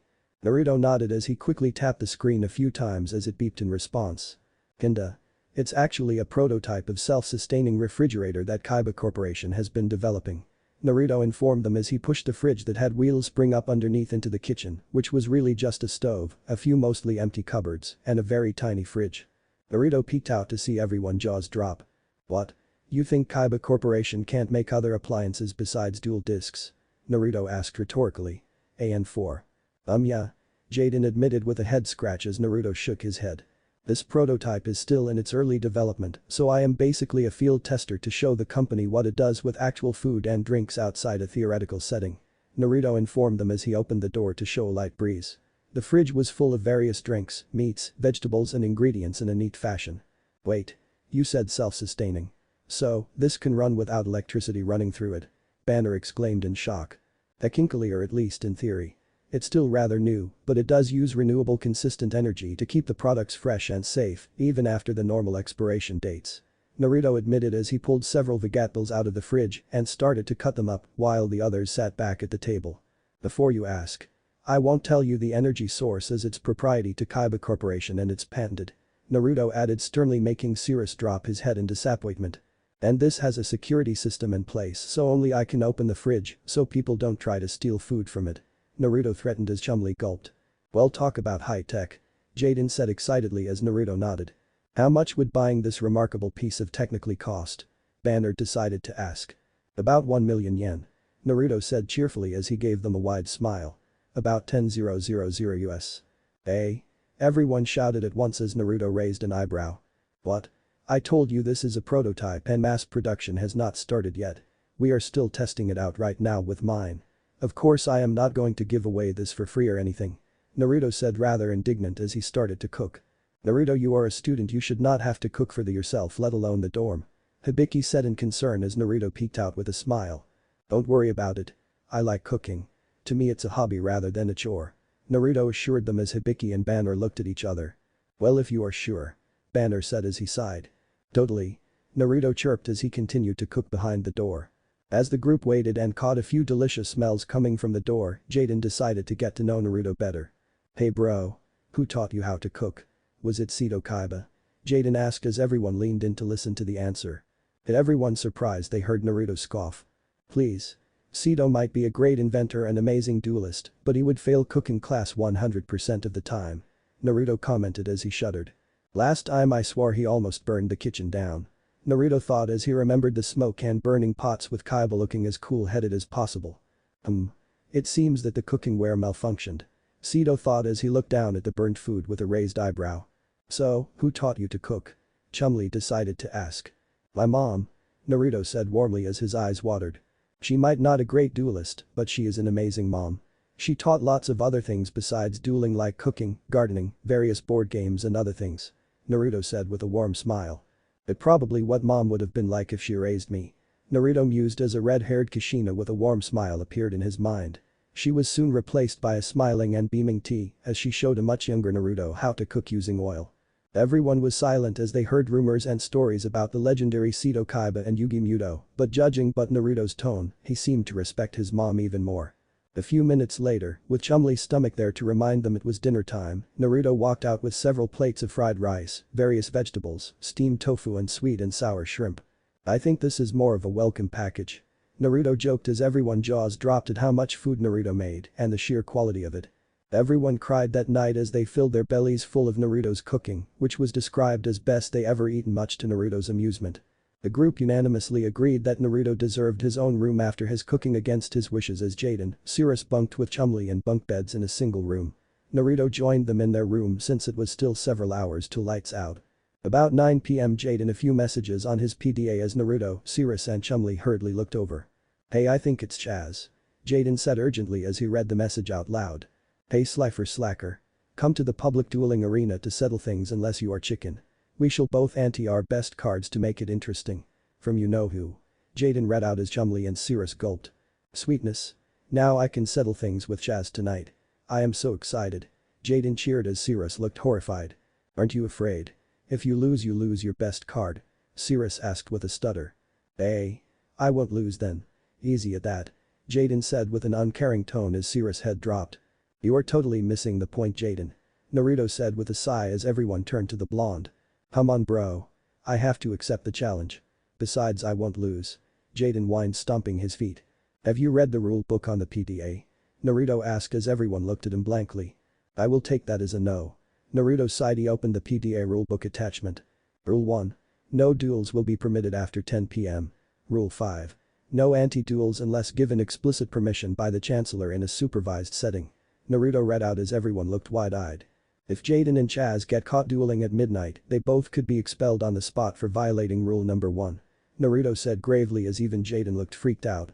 Plus, the anti-rule is illegal without the chancellor, so if one of you lost and got reported, you would both be in big trouble. Naruto warned as Jaden slumped. But what about Chaz? Won't he be waiting for me at the duel arena? Jaden asked as Naruto gave him a flat look. Let him wait there all night. It's not all fault if he gets caught essentially trespassing. Naruto remarked as he stretched his arms out. He's right. If Chaz does something dumb, it's his head not ours on the line. Chumley added as the group agreed. Naruto walked back to his bedroom after wishing his fellow Slifers a good night's sleep. Although if his behavior is anything to go by, Crowler will try to protect his precious blue student no matter what, Naruto thought as he went to sleep. The next morning. Would Jaden Yuki, Cirrus Truesdale and Naruto Muto report to the Chancellor's office immediately? A loud announcement could be heard as Naruto shrugged as him, Jaden and Cirrus walked to the Chancellor office. "Hello boys. Please come in and close the door behind you," Shepard said with a kind but tired tone. They stepped in with Cirrus timidly closing the behind them. Just then he saw Shepard was sitting behind his desk resting his chin in his hands, Chaz standing next to the desk a few feet away with a fuming angry expression. Crowler was standing behind Chaz with an annoyed frown. "Hello Chancellor Shepard," the three Slifers chanted. "So, Chancellor, why are us three and Chaz here this morning?" Naruto asked neutrally. "You see, Mr. Princeton was caught by security last night in the duel arena despite it being against the school rules," Shepard explained gravely as he sent a frown at Chaz who flinched. "However, Mr. Princeton alleges he was set up to go there by the three of you, and if he broke the rules it was only because he was tricked by you three," Shepard continued with a skeptical tone. Cirrus and Jaden were indignant while Naruto rolled his eyes silently. "Just like I thought," Naruto thought. "Yes, Chancellor. Why would an outstanding obelisk blue student be caught breaking the rules if not being set up by Slifer Red students?" Crowler asked with an obvious sneer at Jaden and Naruto, which Naruto ignored. "The problem is there is no real way to verify if you three had anything to do with it," Shepard claimed as he sighed. "Jaden, show him your PDA messages," Naruto suggested as Jaden gave him a confused look. "Oh," Jaden said in realization as he handed the PDA to Shepard, who looked at the most recent one. "What is the meaning of this? Explain, Mr. Princeton," Shepard demanded as he handed the PDA to Crowler and Chaz, who looked it over. Crowler scowled at Chaz, who looked terrified before his face returned to normal. "Dear Chancellor, this is oblivious a prank text. Plus, there is no way to show who sent the text, let alone if it was Dear Chaz," Crowler claimed as Shepard looked thoughtful. "May I hold on to it for a minute?" Naruto asked as Shepard nodded, so Crowler reluctantly gave Jaden's PDA to Naruto. "There, that should do it," Naruto said as he typed something into Jaden's PDA. A moment later Chaz's PDA started to buzz and chirp much to his surprise. "Mr. Princeton, give me your PDA now," Shepard demanded with a cold voice as Chaz looked at Crowler, who glared at him before giving the PDA to Shepard. Naruto gave back Jaden's PDA as Shepard looked them over. "Look at this text. It's from your pal Naruto Muto," with a chibi giving a thumbs up on both PDAs. "There is no mistaking it. You challenged Jaden to a duel last night, and when he wisely chose to not accept you tried to frame him and his friends for your mistake," Shepard said with fury as Chaz whimpered. "Please, Chancellor. Please make an exception. Chaz has excellent grades and it's his first offense," Crowler pleaded, being more worried about one of his students being expelled rather than Chaz in particular. After a tense moment, Naruto decided to pipe in his two words. "How about a duel? This is how things should be settled, right?" Naruto offered as Jaden looked excited, Chaz grunted, and Shepard looked intrigued. "Very well. Chaz shall face Naruto in a duel. If Chaz wins we shall forget this incident, but if he loses Naruto can decide his punishment outside of expulsion," Shepard declared as Jaden sighed, "but have Naruto the thumbs up." "Good luck bro." Jaden cheered as Naruto smiled and nodded. "Wait. I want to duel Jaden Yuki," Chaz insisted, but Shepard's glare made him flinch. "Don't push your luck. Accept this compromise," as Naruto was the one who suggested it. Chaz looked at Crowler for help, but he just looked away. "Whatever. One Slifer is not any different," Chaz mumbled as Shepard declared it would be a school duel that would happen at next period. Soon the crowd was full as Alexis and Zane stood on the stands above Cirrus and Bastion, who did not notice them. "Prepare to lose," Chaz declared as he glared at Naruto. "Prepare to be punished," Naruto retorted as he smirked at Chaz. "Aim on," they both shouted as their life points rose to 4,000 each. "I draw loser," Chaz shouted as his hand grew to 6. Chaz's hand. W-Wing Catapult, V-Tiger Jet, Frontline Base, Bottomless Trap Hole, Chthonian Polymer, and Z-Metal Tank. "Perfect, I have a ton set up. The loser hasn't a chance," Chaz thought in victory. "I summon V-Tiger Jet in attack mode," Chaz announced as a green-blue jet appeared with the face of a yellow tiger and the claws. It roared as it hovered in the air. V-Tiger, JET 1600-1800, Machine Normal. "Next I activate the continuous spell card Frontline Base." Chaz announced. He put the spell card in the spell trap slot of his dual disc. Suddenly Chaz was elevated as he stood on a castle wall as Ace sneered down at Naruto. "Frontline BASE continuous spell card. Once per turn you can special summon one level 4 or lower union monster from your hand." That means he is going to summon a union monster to help his jet. Alexis said with slight worry as union monsters were best used in pairs. Now I can summon my jet's best friend W-Wing Catapult. Chaz yelled as a smaller blue jet appeared to hover next the Tiger jet. W-Wing Catapult, 1300-1500, Machine Union Effect. Once per turn, you can either target one Vol Tiger jet you control, equip this card to that target, or unequip this card and special summon it. A monster equipped with this card gains 400 ATK def. Also, if the equipped monster would be destroyed by battle or card effect, destroy this card instead. Scared yet? Well, you are going to be when I use my W-Wing effect to make my Tiger jet stronger. Chaz crackled as his W-Wing turned into parts and equipped itself to the Tiger jet. Tiger jet, 2200s. Now I will put these 4 later face down and end my turn. Chaz said as he put 2 face down cards, Bottomless Trap Hole, Chthonian Polymer, as his hand was now 1 card. Naruto's turn. I draw. Naruto said as his hand rose to 6. Obnoxious Celtic Guardian, Paladin of White Dragon, Trap Booster, Polymerization, cards of GREEDAN4. And Trap Stun. Okay, I start with the spell card Cards of Greed, which allows us both to draw 3 cards. Naruto announced as a giant yellow pot with a greedy smile appeared in between them. Cards of GREED normal spell. Both players draw 3 cards from their decks. Cards of Greed may only be activated once per turn and its activation cannot be negated. Chaz drew 3 cards, hand 1 to 4, X Head Cannon, Y Dragon Head, Double Summon. Perfect, the loser gave me everything I could need to summon the VWXYZ Dragon Catapult. Plus, with my face downs he won't be able to stop me. Chaz thought gleefully. Naruto drew 3 cards, hand 5 to 8, Summon Skull, Red Eyes Black Dragon, Diffusion. Let's test my theory out. Naruto thought as he glanced at a cheering Jaden. Chaz. You ready? Naruto shouted as Chaz. Bring it on, loser. There is no monster you could summon normally who can beat my tank. Chaz taunted as Naruto smirked. What is Naruto doing? He doesn't seem like the type to trash talk. Alexis asked Zane. I think he is testing Chaz right now. Zane remarked as he studied Naruto. Here goes. Fusion time. Naruto announced as he watched Chaz's eyes widen with glee. I activate polymerization from my hand to fuse Red Eyes Black Dragon and Summon Skull to form my Black Skull Dragon. Naruto shouted as he put the spell card in his duel disc and revealed the 2 monsters in his hand. His hand dropped from 8 cards to 5 from the 3 cards used. Polymerization, normal spell card. Send monsters from your hand and or field to the graveyard. Fusion summon from your extra deck 1 monster that use the required fusion materials from in face-up attack or defense. Red Eyes Black Dragon, 2400-2000, Dragon normal. Summon Skull, 2500-1200, Fiend normal.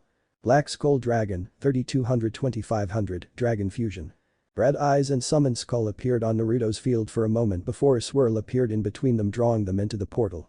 They started to combine and a few moments later a massive monster with traits of both Red Eyes and Summon Skull appeared as it yelled and growled. Good show. A very powerful fusion monster on his first time. Bastion said impressed as Cirrus cheered. Yeah, I heard it was one of the boss monsters of Yugi Muto and Joey Wheeler in Duelist Kingdom. Cirrus said as Bastion nodded. Yes, it is very impressive, but why is Chaz smiling down there? Zane asked as him and Alexis stepped down so they were on the same level as Cirrus and Bastion. Brother. You're watching too? Cirrus asked in surprise before he blushed when he saw Alexis' natural beauty in person. Yes, Cirrus. I hope you had an exciting first day. Zane said somewhat flatly, but he did have a small smile. He rolled his eyes when his little brother went gaga over Alexis. Alexis is a person sigh. You can talk to her even if she has no interest in you romantically. Zane thought with a somewhat annoyed tone in his mind. Name is Bastion and this is Cirrus. Bastion introduced himself to the 2 Obelisk Blue who nodded at him and Cirrus. Cirrus got over his crush at the moment for Alexis when Chaz was full out laughing. I got you. You fell into my trap. Revealed trap card. Chthonian Polymer. Chaz chortled out as he revealed his trap card much to Bastion, Alexis and Zane's shock. Chthonian Polymer, normal trap. Activate only when your opponent fusion summons a monster. Tribute 1 face-up monster and gain control of the summoned monster. What does that card do? Jaden asked as he had walked over to the little gathering as Cirrus and Bastion both greeted him. Alexis was focused on the duel, while Zane merely raised an eyebrow at the brown-haired boy. Really nasty card especially for players who use fusion monsters. Alexis noted with a sigh. You see, it allows you to tribute 1 monster you have face up. In exchange you get to take control of a fusion monster when it's summoned. Zane added as Jaden and Cirrus' eyes widened. Wait, you mean Naruto's Black Skull Dragon is about to be taken over? Jaden yelped as Bastion nodded somberly. The V-Tiger jet yelled in pain as it was infected by purple mist before it turned into purple mist. It had red eyes and a massive evil grin as it flew and rushed at Black Skull Dragon as there a massive blown explosion of dust from the impact. AN5. Muhaha. Chaz roared with triumphant laughter as the clouds started to clear up. Your mighty fusion monster is mine now. Too bad. Chaz said with a hungry smile as the cloud dust vanished from his side. Much to everyone's surprise and shock, Chaz's field was now empty except from his remaining face-down trap card. Good heavens. What happened? Bastion shouted. What trickery is this? Where is my Black Skull Dragon? Chaz screamed in outrage when Naruto smirked. The cloud dust vanished as Naruto's field was finally revealed. Instead of an empty field there was Summoned Skull and Red Eyes Black Dragon who both growled at Chaz. Wait. His pre-fusion monsters came back. Alexis shouted in surprise before Jaden pointed at Naruto's spell and trap zone. It can't be. Defusion. Chaz stuttered as the defusion spell card had been activated. Defusion, quick play spell card. Return one fusion monster to the extra deck. If all fusion materials are in the graveyard you can special summon all monsters to the fusion monster field. AN6. Yup, I used it before you gained control of my Black Skull Dragon and got instead my 2 monsters used to create him as free special summons. Cool huh? Naruto asked with a cheeky smile. His hand now had 4 cards. Genius. He avoided the trap by changing out the target. Alexis noted with an impressed smile. Question. The trap failed, but why did Chaz's monster not come back? Cirrus asked as Zane turned to him with a flat face. Cirrus. The monster being tributed is a cost. It disappeared regardless if the card was negated or if the card missed its target. Zane explained in a patient tone as Cirrus nodded his head in appreciation. Why you? Chaz hissed before he lifted his hand up. So, what if you avoided my trap? I have another one. Chaz declared as his face-down card revealed itself. I activate Bottomless Trap Hole. And since defusion summons them both at the same time my trap takes them both down for the price of one. Chaz revealed as a pit trap started to appear beneath both of Naruto's monsters. Bottomless Trap Hole, Normal Trap. When your opponent summons monsters whose attack point is 1500 or more. Destroy and remove from play the monsters AN7. No. That means Naruto will lose his monsters regardless. Cirrus shouted, but Naruto shook his head. Not so fast. From my hand I activate the quick play spell card Trap Booster. Naruto revealed as his spell card dropped from his hand to the field. Trap Booster, quick play spell card. Discard 1 card. Activate 1 trap card from your hand this turn. So, I discard my Paladin of White Dragon to activate a trap card to chain to your trap. Naruto announced as he sent his ritual monster to the graveyard. Naruto hand for 2 cards now. I activate Trap Stun which negates the effects of other trap cards for this turn. Naruto revealed as his trap turned the pit trap into rock before it shattered the rock, allowing Naruto's monster to stand and not disappear. Naruto hand 1 card left. Trap Stun, Normal Trap. Negate the effects of other trap cards for 1 turn. Chaz's eyes were wide when his field was empty now and he had 2 powerful normal monsters glaring at him. What? This can't be. Chaz yelled as Naruto gave him a mock salute. Well, been a blast. Red Eyes. Inferno Fire Blast. Summoned Skull. Lightning Strike. Naruto yelled as his monsters charged up.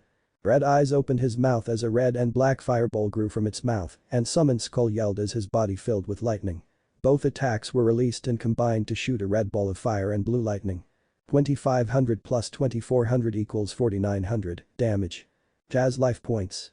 4000 to 4900 equals minus 900. Chaz screamed as he fell to his knees in defeat.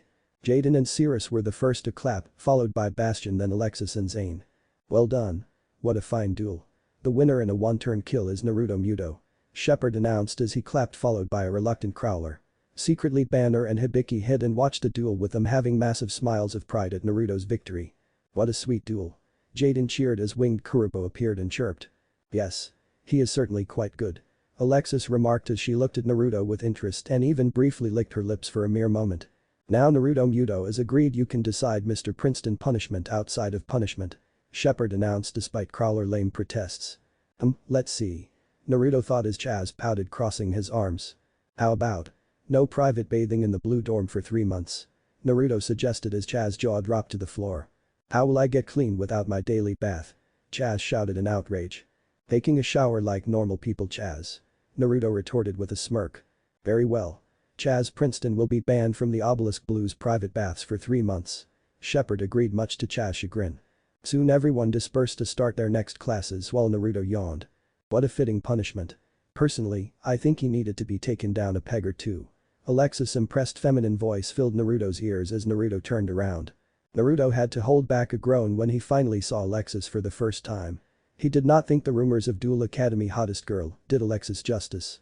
She had dark blonde hair that framed her pretty face with a majority of it trailing down her back to her lower back. She had hazel eyes that shone with amusement as she quietly giggled into her hands which had fingerless gloves. She had a very mature figure for a girl her age, which Naruto noticed instantly made her white and blue shirt bulge due to her bust size. Her skirt seemed even shorter due to her long legs that were capped with small dark blue boots that covered her feet. Alexis was also instantly attracted to Naruto's natural good looks, and his dueling skills were another plus in her books.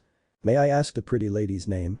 Naruto asked with a teasing smile as she rolled her eyes playfully. "Alexis Rhodes, and everyone knows you Naruto Muto," Alexis offered as she out her right hand out. Naruto smiled and took her hand in greeting, quickly thinking her fingers were very soft and contrasted nicely with her gloves. Alexis secretly enjoyed how his hand made her feel. "Well, Alexis. I think we shall have a very nice friendship," Naruto remarked as Alexis's smile grew as she felt a tinge of red on her cheeks. "I think we will Naruto," Alexis agreed as they exchanged PDA numbers. Chapter 5 Naruto is kin to Kaiba too. Naruto quickly found life at Duel Academy as more or less routine. Compared to the training and duel monsters he had from his beloved godfather Sito Kaiba, Duel Academy was easy in comparison. "I still can't believe Sito set up a girls' dorm like this," Naruto thought in annoyance. It had turned out Sito had set up the academy in such a way that any girls who had passed the test was automatically sorted into obelisk blue girl dorms. Apparently, the system was such a way that there was no Slifer or raw girl dorms, so all girls were automatically placed into the separate obelisk blue girl dorms. Unlike the male dorm, skill was not a factor in placement. Was he being lazy, or did he simply think not that many females would even want to come to Duel Academy, so to save money, he just crams them all into obelisk blue, regardless of actual skill? Naruto mused as an image of Sito smirking appeared in his mind. Although I guess considering how much a snob some of the obelisk blue guys' money is certainly a factor, and not just skill either. Naruto thought sourly as Chaz and his cronies had in a way set the bar for what he thought most obelisk blue males were like. Later he discovered, much to his annoyance, he had gotten 2 fangirls who happened to be friends with Alexis Rhodes. "Oh my god. It's the Naruto Muto. My name is Mindy. Can I have an autograph?" Mindy introduced herself with a massive blush as one day Alexis had dragged her 2 female friends over to meet Naruto and his friends. Cirrus had blushed at the 2 attractive girls who outright ignored Cirrus and Jaden. Jaden, to his credit, did not seem put off and seemed more focused on his deck rather than the new arrivals anyways. Alexis gave Naruto a look of apology as Naruto had to restrain his annoyance at the fangirl-like tendencies of Alexis's friends. Mindy was rather cute girl who was Alexis's age, but not quite as busty or mature looking, with the same obelisk blue outfit with white shirt and blue miniskirt and knee boots. Mindy had dark hair that was in a short bob in the front and styled into 2 spikes in the back on each side. She had bright hazel-colored eyes. "Hello. It is a pleasure to meet you, Mindy," Naruto said simply with a slight bow, making Mindy and her retarded friend squeal at how polite he was. Naruto had been more or less forced to have lessons in etiquette by his godfather Sito, who refused to have his godson become a good-for-nothing monkey like that joke wheeler. These lessons allowed Naruto to smile and act polite, even towards people he would rather not talk to. Although godfather could use those lessons on Uncle Joey. I swear if it wasn't for Dad, Uncle Joey would have slugged Sito in the face by now. Of course, he would be slugged right back, and with Kaiba Corps lawyers, Uncle Joey would be in jail for attacking the president of Kaiba Corp. Naruto thought dryly. Naruto would be the first to openly admit his godfather was rather condescending and rude to people who he didn't respect. The list of people Sito Kaiba did seem to respect would probably be only Makuba, Yugi, Atem and himself, but Sito was at least courteous enough to nod towards T briefly. Joey was also an exception as Sito couldn't seem to help but mock him at every corner, which was notably different than his calm if not somewhat cold reception he gave everyone else. Probably because she is mom and he wants to have a somewhat working relationship between us. Naruto as he watched Mindy and her red-haired friend blushing and fanning their faces as Naruto's face was deep in focus. I swear if Sito could at least give a smile rather than a smirk, he could actually do public events rather than let Makuba handle them all. Naruto thought with a sigh. Makuba was rather a more enjoyable person to be around than Sito, but being around Sito did get results, even if he did in the most blunt if not rude way possible. Anyways, I am not sure why you want my autograph, but here is something for having the courage and manners to ask. Naruto stated as he brought out a rather fancy light blue handkerchief out of his pocket and pulled out a pen out of nowhere. Naruto quickly scribbled something on the handkerchief and spoke out what he wrote. To my new friend Mindy. May your duels in future soar as high as the sky itself. You new pal Naruto Muto. Naruto read out as he placed the handkerchief into the blue-haired girl's hand softly. Mindy squealed as she saw a small heart next to his signature he added to the handkerchief which made it seem that much personal in her eyes. Mindy swooned and nearly passed out when Naruto placed a small kiss on her left hand as she used her right hand to hold onto her new signature like it her new lifeline. Naruto had bent down to a knee and gently held her soft left wrist with his hands before placing a small kiss on her hand like a perfect gentleman. Naruto turned around as he stood up to see the vast majority of the students there give him looks of shock and envy, especially as he saw Mindy fan her hand with the left hand he had kissed. Naruto could imagine his parents and their friends giving them their 2 cents so to speak and opinions about his actions. Yugi would be smiling nervously as he tried to avoid his furious wife glare at them both. Naruto. I did not raise you to be a player. How dare you string along that poor girl like that? I raised you better. T would snap. Now Naruto is simply being a gentleman. It is not his fault if people take that kind gesture the wrong way. Yugi would try to explain only to wince when T would pull on his ear and get into his face. What? My dear husband, it is bad enough I still have to hover over you when we go to public events or your fangirls would be trying to flirt with you despite the fact we have been married for years. I will not let that happen to our baby boy. He will stay pure and not have girls drool over him. T shouted in declaration, eventually releasing Yugi's ear. How exactly is that my fault that our son has fangirls? It's not like I encourage them or anything. Yugi would whisper low enough so his wife couldn't hear. Joey and Mai would be beaming with pride and Mai would even be smothering his face into her chest rather lovingly while Joey would be patting Naruto's back even as Naruto struggled to get out of her breasts. Attaboy Naruto. I knew you would inherit my charm. You the man. Hear that world. The nephew of Joey Wheeler is a player like his uncle. Joey declared as he wiped a fake tear of pride out of his eye as he patted him on the shoulder once more. Mai would give him another minutes in her large and widely desired breasts before she pull her out of her breasts and give his blushing cheeks with a wet kiss. This only caused him to blush even more as his face turned bright red and her red lipstick was stuck on his cheek as a mark. My little Naruto. Just remember to use protection, okay? Your mother might kill your girlfriend or girlfriends if they get pregnant before she gives her approval for marriage. Also have fun. Mai would seductively say with her eyes battering and a wink. She would blow a kiss and her hips would sway even as she and Joey walked around away with her leaning into his arm lovingly. Meanwhile Makuba would give an uneasy smile and wave. I guess you are good at more than business practices huh? He has inherited your better traits brother. Makuba noted as Sito looked annoyed for a brief moment before schooling his expression to be his calm self as if he did it instinctively. I will ignore that Makuba. You didn't say anything. Sito stated coldly but Makuba didn't seem offended. He even gave a grin behind Sito's back and a wave.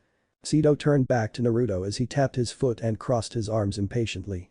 He looked at Naruto with a hint of pride, impatience, annoyance, exasperation and curiosity. Naruto only could see all these emotions due to knowing Sito so well, as most people would only assume Sito was annoyed. Naruto. What are you doing playing around? If you are going to use your charm then make sure it sticks. Having lots of people you can use in the future is how you gain connections to succeed. If you are going to be a gentleman you should go for the gold and not just be polite. Sito told him sternly while Makuba sighed behind him. Naruto would then give a glare at Sito which was returned as Godfather and Godson had a stare down that would have made any other person run to the hills. Godfather? That is not who I am. I would rather gain true friends who will stick by my side rather than control people to make them do what I want. I am not your stepfather who stepped on people and terrorized anyone who spoke out against him. Naruto snapped as he knew very well the complicated history of Kaiba Corporation.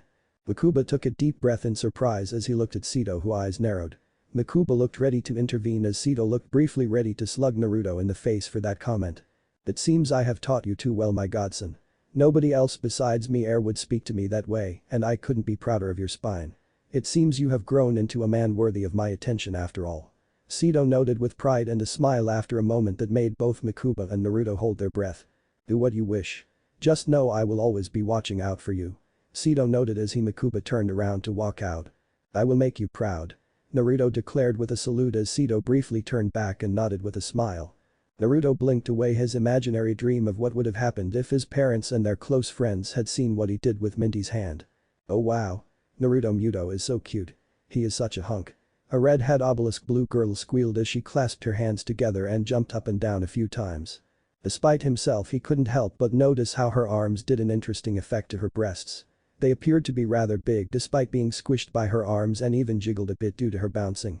Her short skirt and hips also seemed to bounce, but luckily Naruto was capable of schooling his face to not appear to be a pervert in front of the retarded girl or the school in general.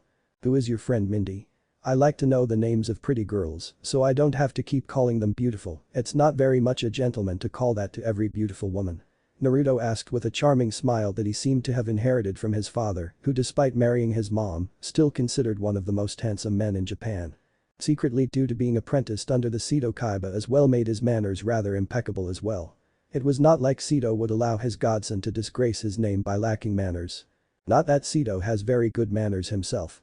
I guess having all the power money can buy does do that to a guy. He did earn the right to be rather blunt, despite making me learn all the manners he doesn't seem to want to use. Naruto mused, thinking of his childhood. Despite this somewhat harsh training, he considered Seto one of his important people, along with his parents and his parents' tight little group of friends. He also found Makubo a more light-hearted uncle compared to Seto, but not quite as jokey or silly as Joey. "Wow, what a smooth talker. My name is Jasmine and you can ask me out whenever you want." Jasmine purred with her eyes fluttering at Naruto. She even leaned forward and bent over, allowing Naruto a nice look at her assets before winking at him a cute and seductive look. Naruto laughed nervously as he could see Cirrus crying in the corner, while Jaden snickered. Jasmine was also another pretty girl that was Alexis's age, but also not quite as mature or busty, as the Ice Queen. Jasmine had dark red hair in a unique spiky hairstyle that jutted downwards and also hazel-colored eyes. Her eyes were also bright, but had a much more interested look when she looked at Naruto, while her focus seemed to pass Jaden and Cirrus as being insignificant or unimportant. "That is pretty forward," Naruto remarked as Jasmine whistled as she looked him over. "RR. You don't like forward girls.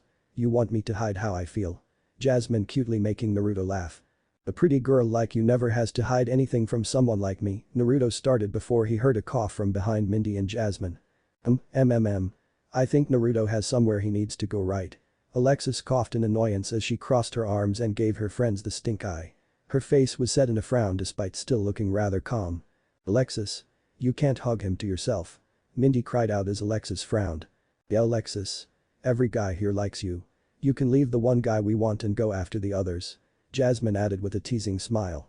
Alexis's eye twitched as she resented that she was more well known for her stunning good looks, with the vast majority of the males at Duel Academy having a crush on her. She was more interested in becoming a great duelist rather than having a boyfriend, unlike her friends. Cirrus was curled up in depression while Jaden patted him on the shoulder. "It's not fair that pretty boys like Naruto gets all the girls without trying," Cirrus complained, looking at Naruto with envy. "For some reason I don't think Naruto really likes having all the girls' attention," Jaden thought as he saw his friend subtly try to inch away from the girls. "They do realize I can hear them, right? Honestly, I feel bad for Alexis. She has most of the guys here wanting to get into her skirt and bragging they got to bang Duel Academy finest woman and take her first time," Naruto thought, resisting rolling his eyes while maintaining a smile. Chad and his two cronies Taiyu and Raizu were scowling at the scene where Naruto was getting friendly with Jasmine and Mindy. "Who does that Slifer slacker think he is? He cares if his dad is Yugi Muto," Taiyu hissed with notable jealousy. "Yeah. As if he is worthy of Jasmine, let alone Alexis' affections," Raizu claimed. Chaz was brooding when Alexis put a hand on Naruto's shoulder briefly. "I don't care about any of that," Chaz claimed, much to his friend's surprise. "What annoys me is that he somehow tricked my Alexis into talking to him. My dear Alexis is taking pity on him because she is too sweet. She is not talking to him because they have anything in common," Chaz declared in his delusional mind. He did not even seem to understand he was treating Alexis more as a prize than a person who would mutually return his romantic feelings. "That's right. If there was only some way to get that stupid Muto kid expelled," Taiyu complained before Chaz hushed him. "Shut up. You heard Crowler. He is afraid if we intentionally try to get him expelled that Seto Kaiba would stop funding for the school altogether," Chaz whispered as they looked around to see if anyone heard them. No matter how cocky Chaz was, even he recognized the Duel Academy was Seto Kaiba property and only his funding kept it going. That was how powerful Seto Kaiba and Kaiba Corporation was to the academy. Little did anyone know Crowler was not going to take his own advice. After Naruto politely but firmly told Jasmine and Mindy he wasn't interested in any sort of dating at the moment, the group went together for the required physical education class, which all first-year students had to take regardless of dorm placement. While some kids like Cirrus were panting and looking nearly dead after running laps, Jaden was considerably better shape, only mildly out of breath. However, nobody compared to Naruto Muto, who not only lapped the runners but did not even seem out of breath.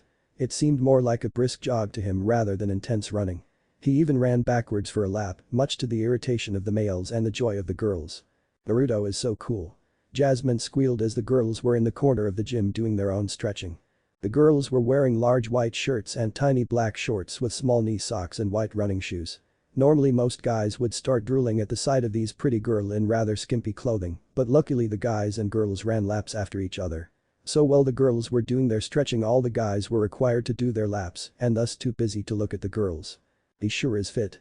Alexis agreed, silently looking over his well-muscular body even as he outran the entire class. I wish he was my boyfriend. He could carry me in his arms, or I could try to grind cheese on those abs. He is so hot. Mindy squealed along with Jasmine. Alexis silently huffed at her friend's reactions but could not deny that Naruto was extremely good-looking and athletic. Both Mindy and Jasmine looked away shyly when Naruto almost seemed to see them checking him out. They put their hands behind their back and swayed nervously, but Naruto seemed to be more amused than anything else as he waved towards Alexis, who waved back.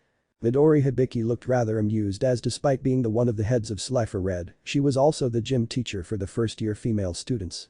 She wore similar clothing to her female students, but her shirt seemed to be smaller due to her taller frame and larger bust.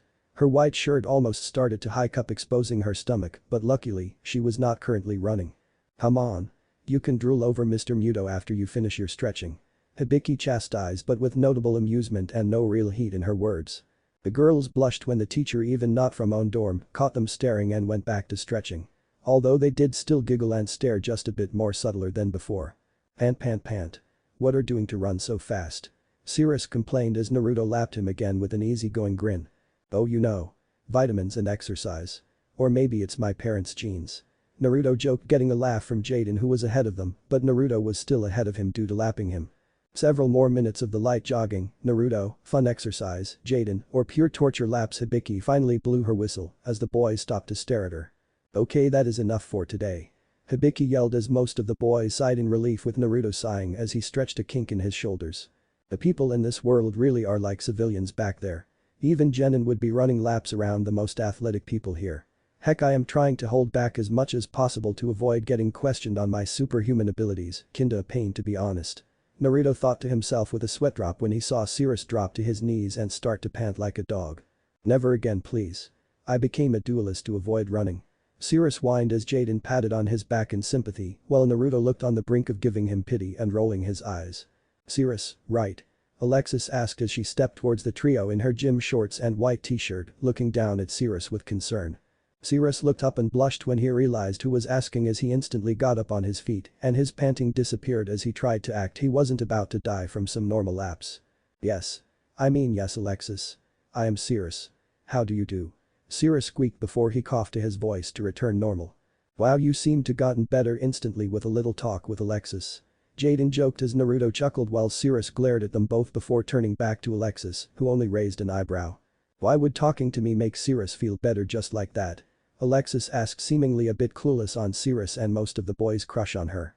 From the bleachers, Mindy and Jasmine sighed, with Jasmine even smacking her forehead with the palm of her hand. They exchanged exasperated looks as they gestured to the pretty blonde with their arms, as if they still couldn't believe how she couldn't see it. I love you, Alexis, but seriously, you need to be able to read the room better. I mean, you are basically like a model here and you still don't realize when people fall in love with you at first look. Jasmine stated with an annoyed look while Mindy looked sympathetic. Maybe that's part of her charm. The whole innocent thing attracts guys even more than your brash and loud mouth. Mindy suggested while Jasmine's eye twitched as she glared at Mindy, who just smiled innocently. Loud mouth, huh? Mark my words. My mouth and every other part of me will get a date from Naruto Muto before you will have chance. Jasmine declared as Mindy frowned. They glared at each other as sparks seemed to connect their eyes and a new rivalry was formed. Cirrus blushed and waved his hands before looking shyly down. You are just really nice and pretty, so talking to you is like a good luck charm, Cirrus claimed nervously, while Alexis just blinked, looking confused at his confession, while Cirrus seemed to have developed a blush just from talking to her. Thank you. I suppose that's a compliment, although it's pretty random as we barely know each other and everything. Alexis replied back dryly before a small smile appeared on her face. If you are sick or need something you can ask me or one of the teachers. We are all in this together after all. Alexis stated kindly and sweetly as several boys grew hearts in their eyes, while a nearby Hibiki Midori just chuckled cheerfully at Alexis' kind if not somewhat naive personality. I don't think there is anything this girl can do that won't make the boys swoon over her. She could be completely cold to them and they would still offer to polish her boots or carry her luggage around. The joys are I suppose the pain of being a pretty girl in a school that has hormonal teens. Miss Hibiki commented in her head with a smirk. Naruto then swooped in with Alexis' eyes grow brighter showing she was more interested in Naruto than her unofficial fan club. Naruto shared a smile with Alexis, showing that we're rather at ease with each other despite how little time they knew each other. Don't worry Alexis. You don't have to try so hard. We know that not all Obelisk Blue students are like Chaz and his cronies. Naruto stated brightly as Alexis visibly sighed in relief but then frowned when Chaz and a few of his friends crowded them while Jaden looked ready to step in. Wow, Chaz is really annoying. Why does he think following me around will get me to pay him attention?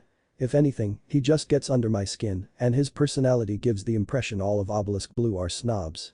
Alexis thought sourly as she resisted the urge to glare at Chaz. Cirrus had wisely decided to back away while Bastion was looking at this with interest. Alexis. Hi. You are looking stunning as always.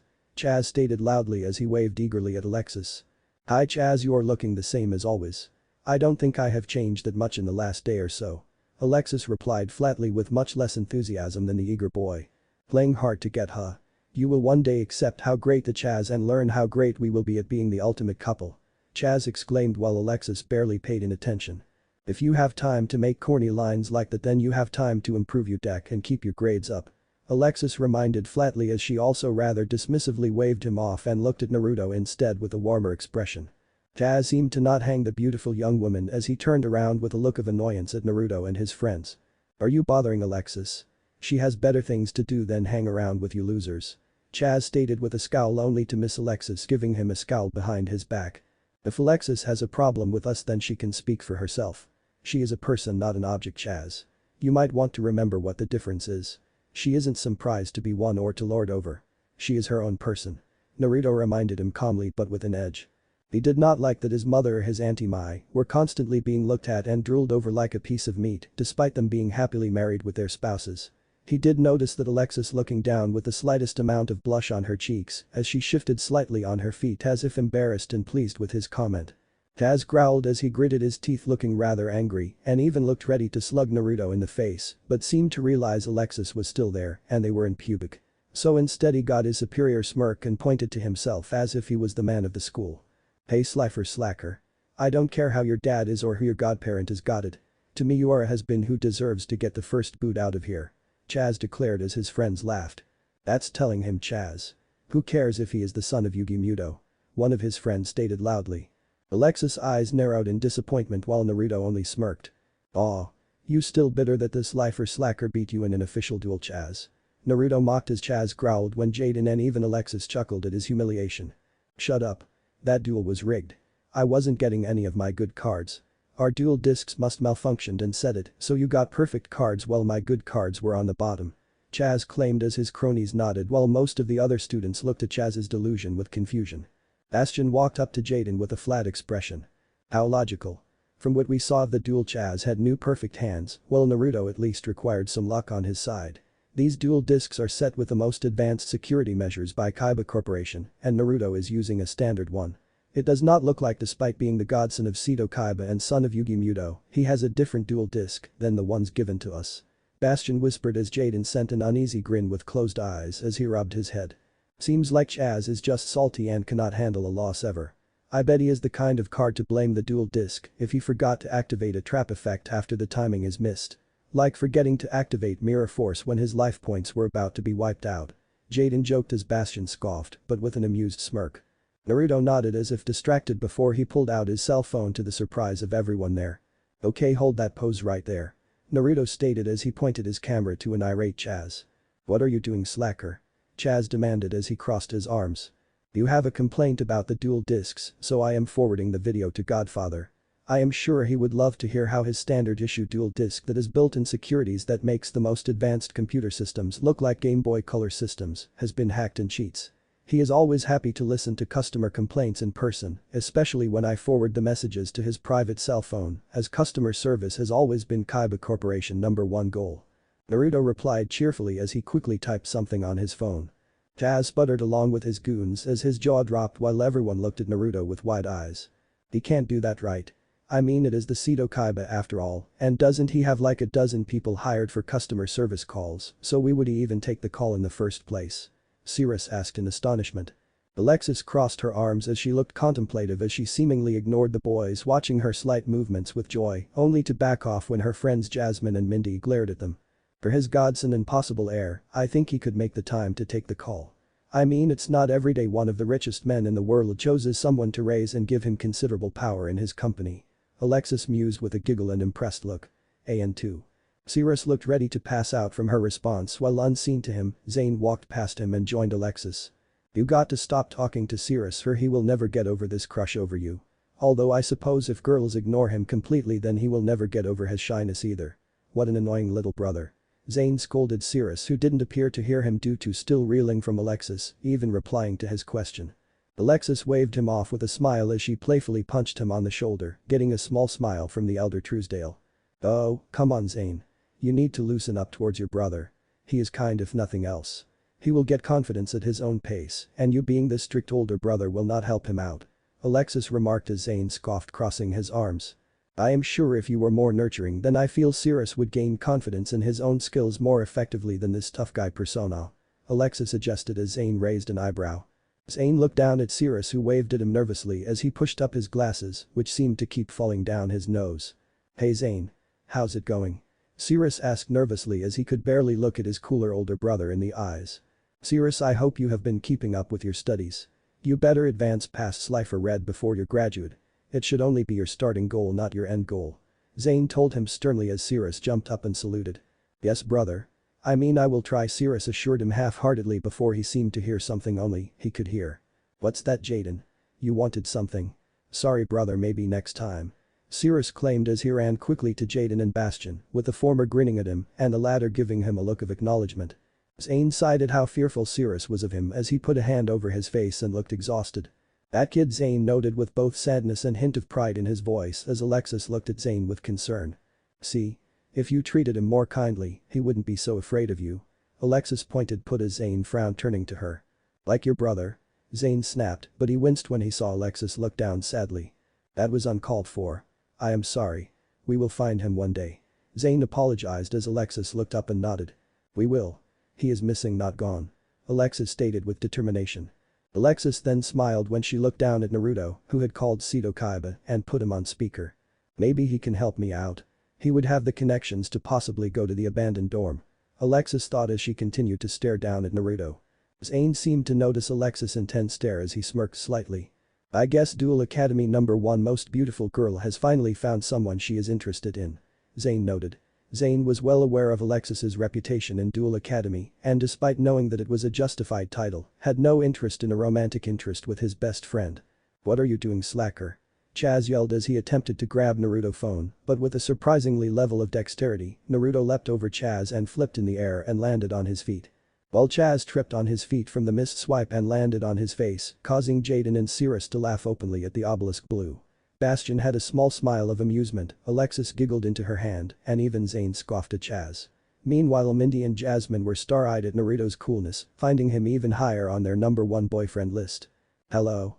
Naruto, is there something the matter? Seto's voice could be heard from Naruto's cell phone on speaking voice. Is that really Seto Kaiba? Idiot. He is one of the most famous duelists alive. People could not hope to imitate his voice. His voice is so calm and sexy. Various voices were heard with Naruto focusing. The last comment was from Mindy and Jasmine, much to his amusement. They really are fangirls in heart and soul. Although they are not the only ones. Despite how rude and blunt he is in person. Seto is still one of the top bachelors in the world and his good looks didn't seem to be diminished with age, if anything he seemed to stay his prime forever. I remember when Uncle Joey called Seto a statue that never changes, Seto glared at him and told him that monkeys shouldn't speak to their superiors. And afterwards he managed to somehow trip him and throw him to the ground. Naruto thought with amusement. Despite it seemed Seto's voice was in his normal uncaring way, Naruto alone could hear the slight tones of concern bleeding through for his godson, making Naruto smile a bit wider. Godfather. There is nothing the matter with me. Is it a bad time for you? Naruto asked when he heard several voices in the background. There was a moment of chatter before complete silence, which Naruto assumed was Sito raising his hand to show he wanted the room quiet and to show his dominance in the room. No, there is nothing that needs to be discussed right now. If anything, I can simply reschedule for tomorrow.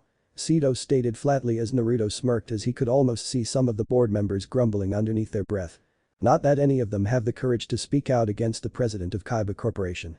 No matter how important they think they are simply ants compared to how important Sito is to the company and world, Naruto thought smugly. Anyways, Godfather. Chaz Princeton has a complaint about the Duel Academy dual disk security system, or rather the operating system. Naruto commented rather matter-of-factly as he turned to Chaz, whose confidence seemed to leave his body almost like steam rising out of his head. Oh? Chaz Princeton, that name sounds familiar, give me a minute. Sito's voice commanded sternly as he had a hint of impatience and curiosity in his tone. Chaz dashed forward so he was right next to a calm and amused Naruto, who raised an eyebrow. Hang up the phone, slacker. Stop taking things I said out of context. Chaz whispered in a furious whisper, making sure to be quiet enough his words were not picked up by Sito on the other side of Naruto's phone. Naruto just pretended to not hear him as he looked up and put a hand over his ear, as if saying, sorry, can you speak up? Much to Jaden and most of the students' amusement. Matter of fact, besides Chaz's own cronies, nobody seemed in any mood to interrupt or defend Chaz in any way. Even Chaz's obelisk blue cronies seemed too scared of Sito Kaiba to outright speak up in Chaz's defense while Kaiba was on the phone. Miss Midori Hibiki even outright giggled into her hand while in the corner, Lyman Banner was smirking despite his attempts to look neutral. Serves that obelisk elite right. I know I am supposed to be neutral if not nurturing to every student at Duel Academy, but privately there are snobs here who need to be taken down a few notches. Good job, Naruto-kun. Midori and Banner thought unknown to each other at the same time. It seemed both heads of Slifer Red were tired at how little respect their dormitory students received compared to obelisk blue students. They both secretly were incredibly pleased that someone like Naruto Muto, whose skill alone should have been made yellow if not obelisk blue dormitories, still chose Slifer Red to earn his future promotions. About 30 seconds left. Sito voice resumed talking through speakerphone.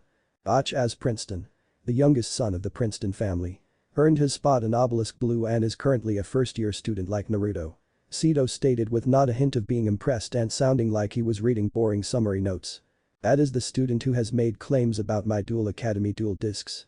I would love to hear what he has to say about the state of art and highest quality dual discs in the entire world. Sito stated coldly, but everyone could hear how furious he sounded. Naruto could hear Sito gritting his teeth on the other side of the phone and clenching his fist while the board members were trying to avoid any sort of stare from Sito in one of his bad moods. Say what you want about his personality. His pride in his company is second to none. If there's one thing he loves besides Uncle Makuba, it's his company and the imagine of what his company does for the world. Naruto mused, showing his considered Makuba essentially another uncle. Naruto kept an innocent smile as he looked at the white-faced Chaz, who looked ready to beg. Oh, he seemed to think that my dual disc in particular was cheating in some matter as we recently had a duel and he seemed to believe that my draws were too lucky. He also seemed to think that his dual disc was malfunctioning in some way and giving him bad draws, Naruto stated, putting great emphasis on cheating and bad draws as if he was using air quotes over the phone.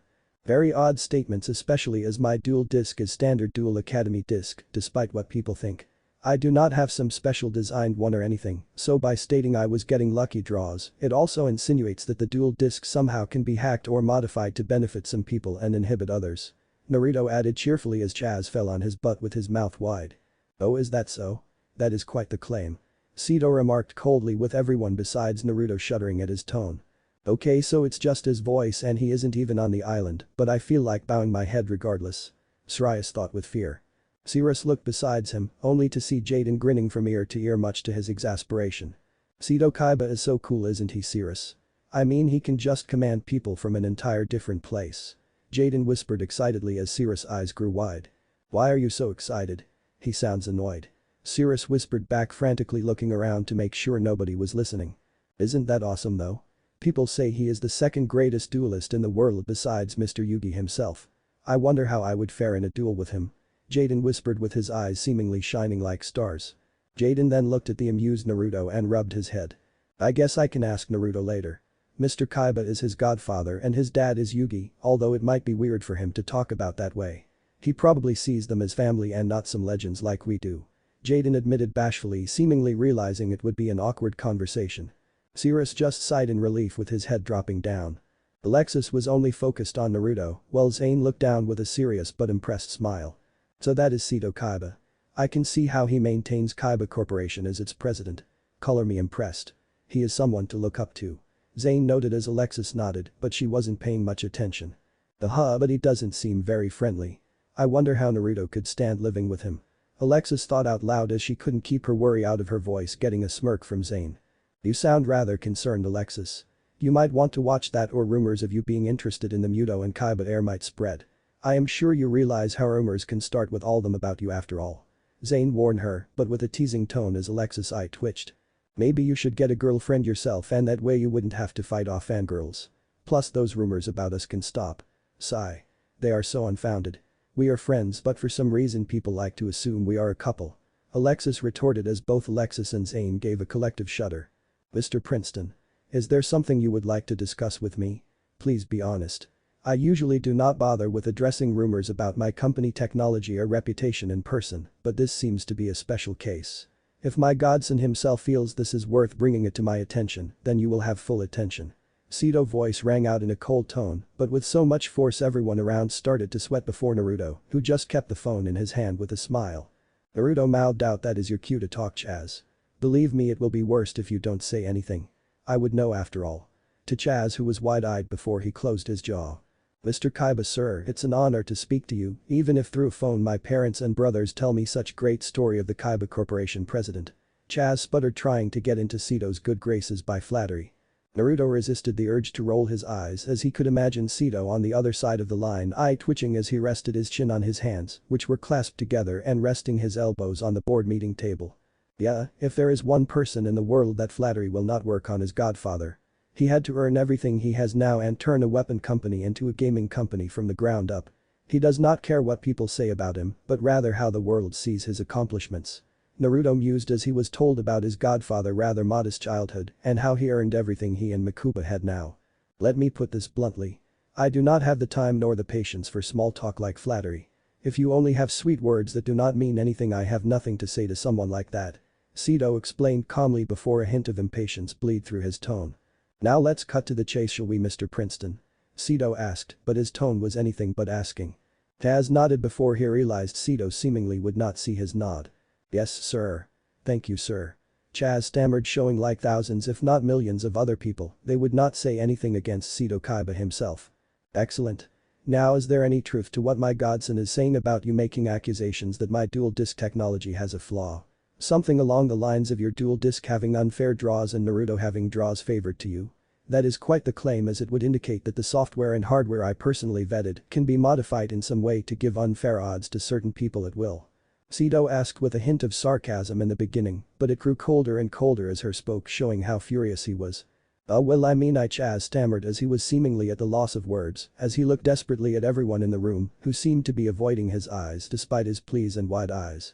Well? Mr. Princeton. Speak up. Like I said, I am not one to beat around the bush.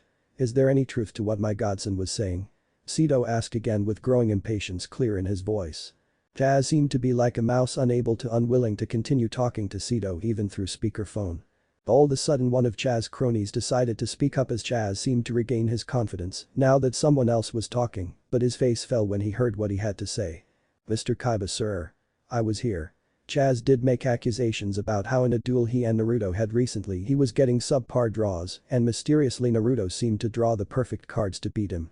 His lackey stated confidently as he smirked, ignoring the glare that promised death from Chaz. I will kill him. How dare he make a fool out of me in front of the Seto Kaiba? Chaz thought furiously. Yeah, I can confirm. I was here too, sir. Chaz made those claims in front of everyone here. Chaz's other obelisk blue crony added smugly as he seemed to a lot less afraid and submissive to Chaz now that he could embarrass Chaz in front of one of the most powerful men in Japan. Okay, those two are going down. They are now ahead of the Slifer slackers I will get rid of during my time in this school. Chaz declared mentally as he imagined them getting crushed under his feet in revenge later on. I see Roland. Come here now. Seto shouted, seemingly on the other side to get his loyal aide to his side. Yes, sir. What can I do for you? Roland's calm voice asked, showing both respect and reverence to Seto Kaiba. Roland. Nice guy. I know if he only asked, Seto would set him up for life on a private island if he wanted for all his long years of service. Naruto thought cheerfully and fondness as he had met the man many times during his training grooming for Naruto possible chance of being heir to Kaiba Corporation AN3. Ironically, the loyalty that Roland has for Sito is so absolute he would have to be forced to take a vacation, let alone retired before he would take any time off. This is not going to go well, is it? Naruto mused. Prepare to activate Protocol 66. I will give you the signal when to activate it. Make all the preparations now. Sito commanded as Naruto's eyes widened and his jaw dropped. Is he for real? That protocol is something extreme even for him of all people. Naruto thought in worry. Sir, are you sure? Mr. Muto will also be, Roland asked quietly with a hint of concern which was still picked up by the phone. Make the preparation, even if he doesn't like it, he will get over it eventually. Sito decided after a moment of hesitation. Yes sir. Preparing Protocol 66 now. Roland stated as he could be heard walking away. Damn it. This was not supposed to happen. Naruto shouted in frustration, much to everyone's confusion. Bro. What's wrong? What is Protocol 66?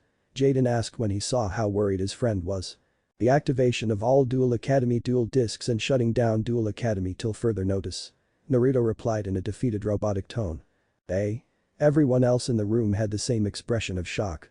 How can he do that? This is a joke, right? I already made my plans to graduate here. I assure you, young students. This is no joke.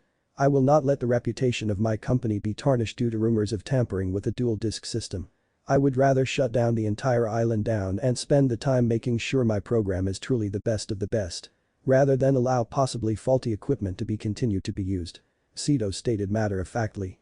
Banner and Miss Hibiki quickly ran up to Naruto and the phone and looked at each other with a nod. Mr. Kaiba, sir.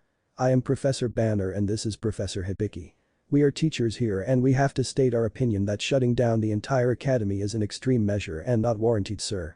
Banner stated in a polite but worried tone. Yes, sir. I believe our reputation can speak for itself on how the investment you put into the island has been paid back many times over with the results. Hibiki added hopefully. Noted, although not very relevant. It is my decision on what I consider a good investment or not. Matter of fact, I was considering re-evaluating the standards for Obelisk Blue anyways. I have heard some less than savory rumors about certain individuals. It just so happens that shutting down the island itself will also factor in how I decide to start the system up again. Sito's uncaring tone rang out as he seemed to be calm but firm in his answer. Duel Academy is over. Is this really the end? Naruto saw the despair on the students and teachers as he bit his lip. He sighed and took a deep breath as he closed his eyes for a moment before a look of resolve appeared. Godfather. This is all a misunderstanding. Let me clear things up for you. Naruto stated firmly as he raised a hand to prevent anyone else from talking. I am your eyes and ears after. Even if you won't directly tell me, that is my role. Naruto noted silently. Roland. Wait. I will listen to what Naruto has to say first before I give my decision. Sito stated as everyone was wide-eyed and held their breath as they watched Naruto with hope. Chaz did make a claim that there were unfair advantages between our dual discs. However, that if anything was just him complaining without any proof. He is kinda self-centered and believes the world should bow to him and that luck should favor him, and if it doesn't, life is against him. Naruto stated as he gave a death glare at Chaz when he looked ready to protest. It did not help. Everyone, including his beloved Alexis, was giving him a similar glare, making him keep his mouth shut. Is that so? So Mr. Princeton was just whining like a brat and not making an accusation directly against my company? Sito asked seriously. Naruto looked down as his eyes seemed to flicker from emotions to emotions rapidly. I swear on the Egyptian gods themselves and on Pharaoh Atem name that this is not something that needs to be researched further. Please, Godfather. Naruto swore in a whisper that nobody else could hear. I know you of all people understand what that oath means. Sito noted as he seemed to take a minute to decide. Very well, I will let this comment slide. It must be a joke of some sort. Wheeler must have rubbed off on you despite my efforts. We will need to have a talk when the year is over. Sito suggested as everyone looked at Naruto with various levels of pity. Roland, we will let this incident go. Protocol 66 will not be needed today. Sito declared as the room let off a collective sigh of relief. However, Naruto could hear the slight mocking tone along with teasing that only he could hear. I have a feeling Sito was putting an act up or putting me through a test. Or maybe he just wanted me to bow my head again to show how indebted I am to him. I can never really know with that man. Naruto thought in depression as he turned off the call and bowed his head with a sigh. Just remember, next time he will actually shut down this school down. He would rather lose one form on investment than have his reputation smeared. Trust me on this. Keep that in mind next time you complain about your luck. Naruto warned Chaz, who gulped and nodded. Chaz tried to regain his reputation as he flipped Naruto off, but this was ruined as he ran off with his lackeys trailing him as if nothing happened. What if Naruto was sent to Yu-Gi-Oh! Harem? End here, and thanks for watching my video till the end.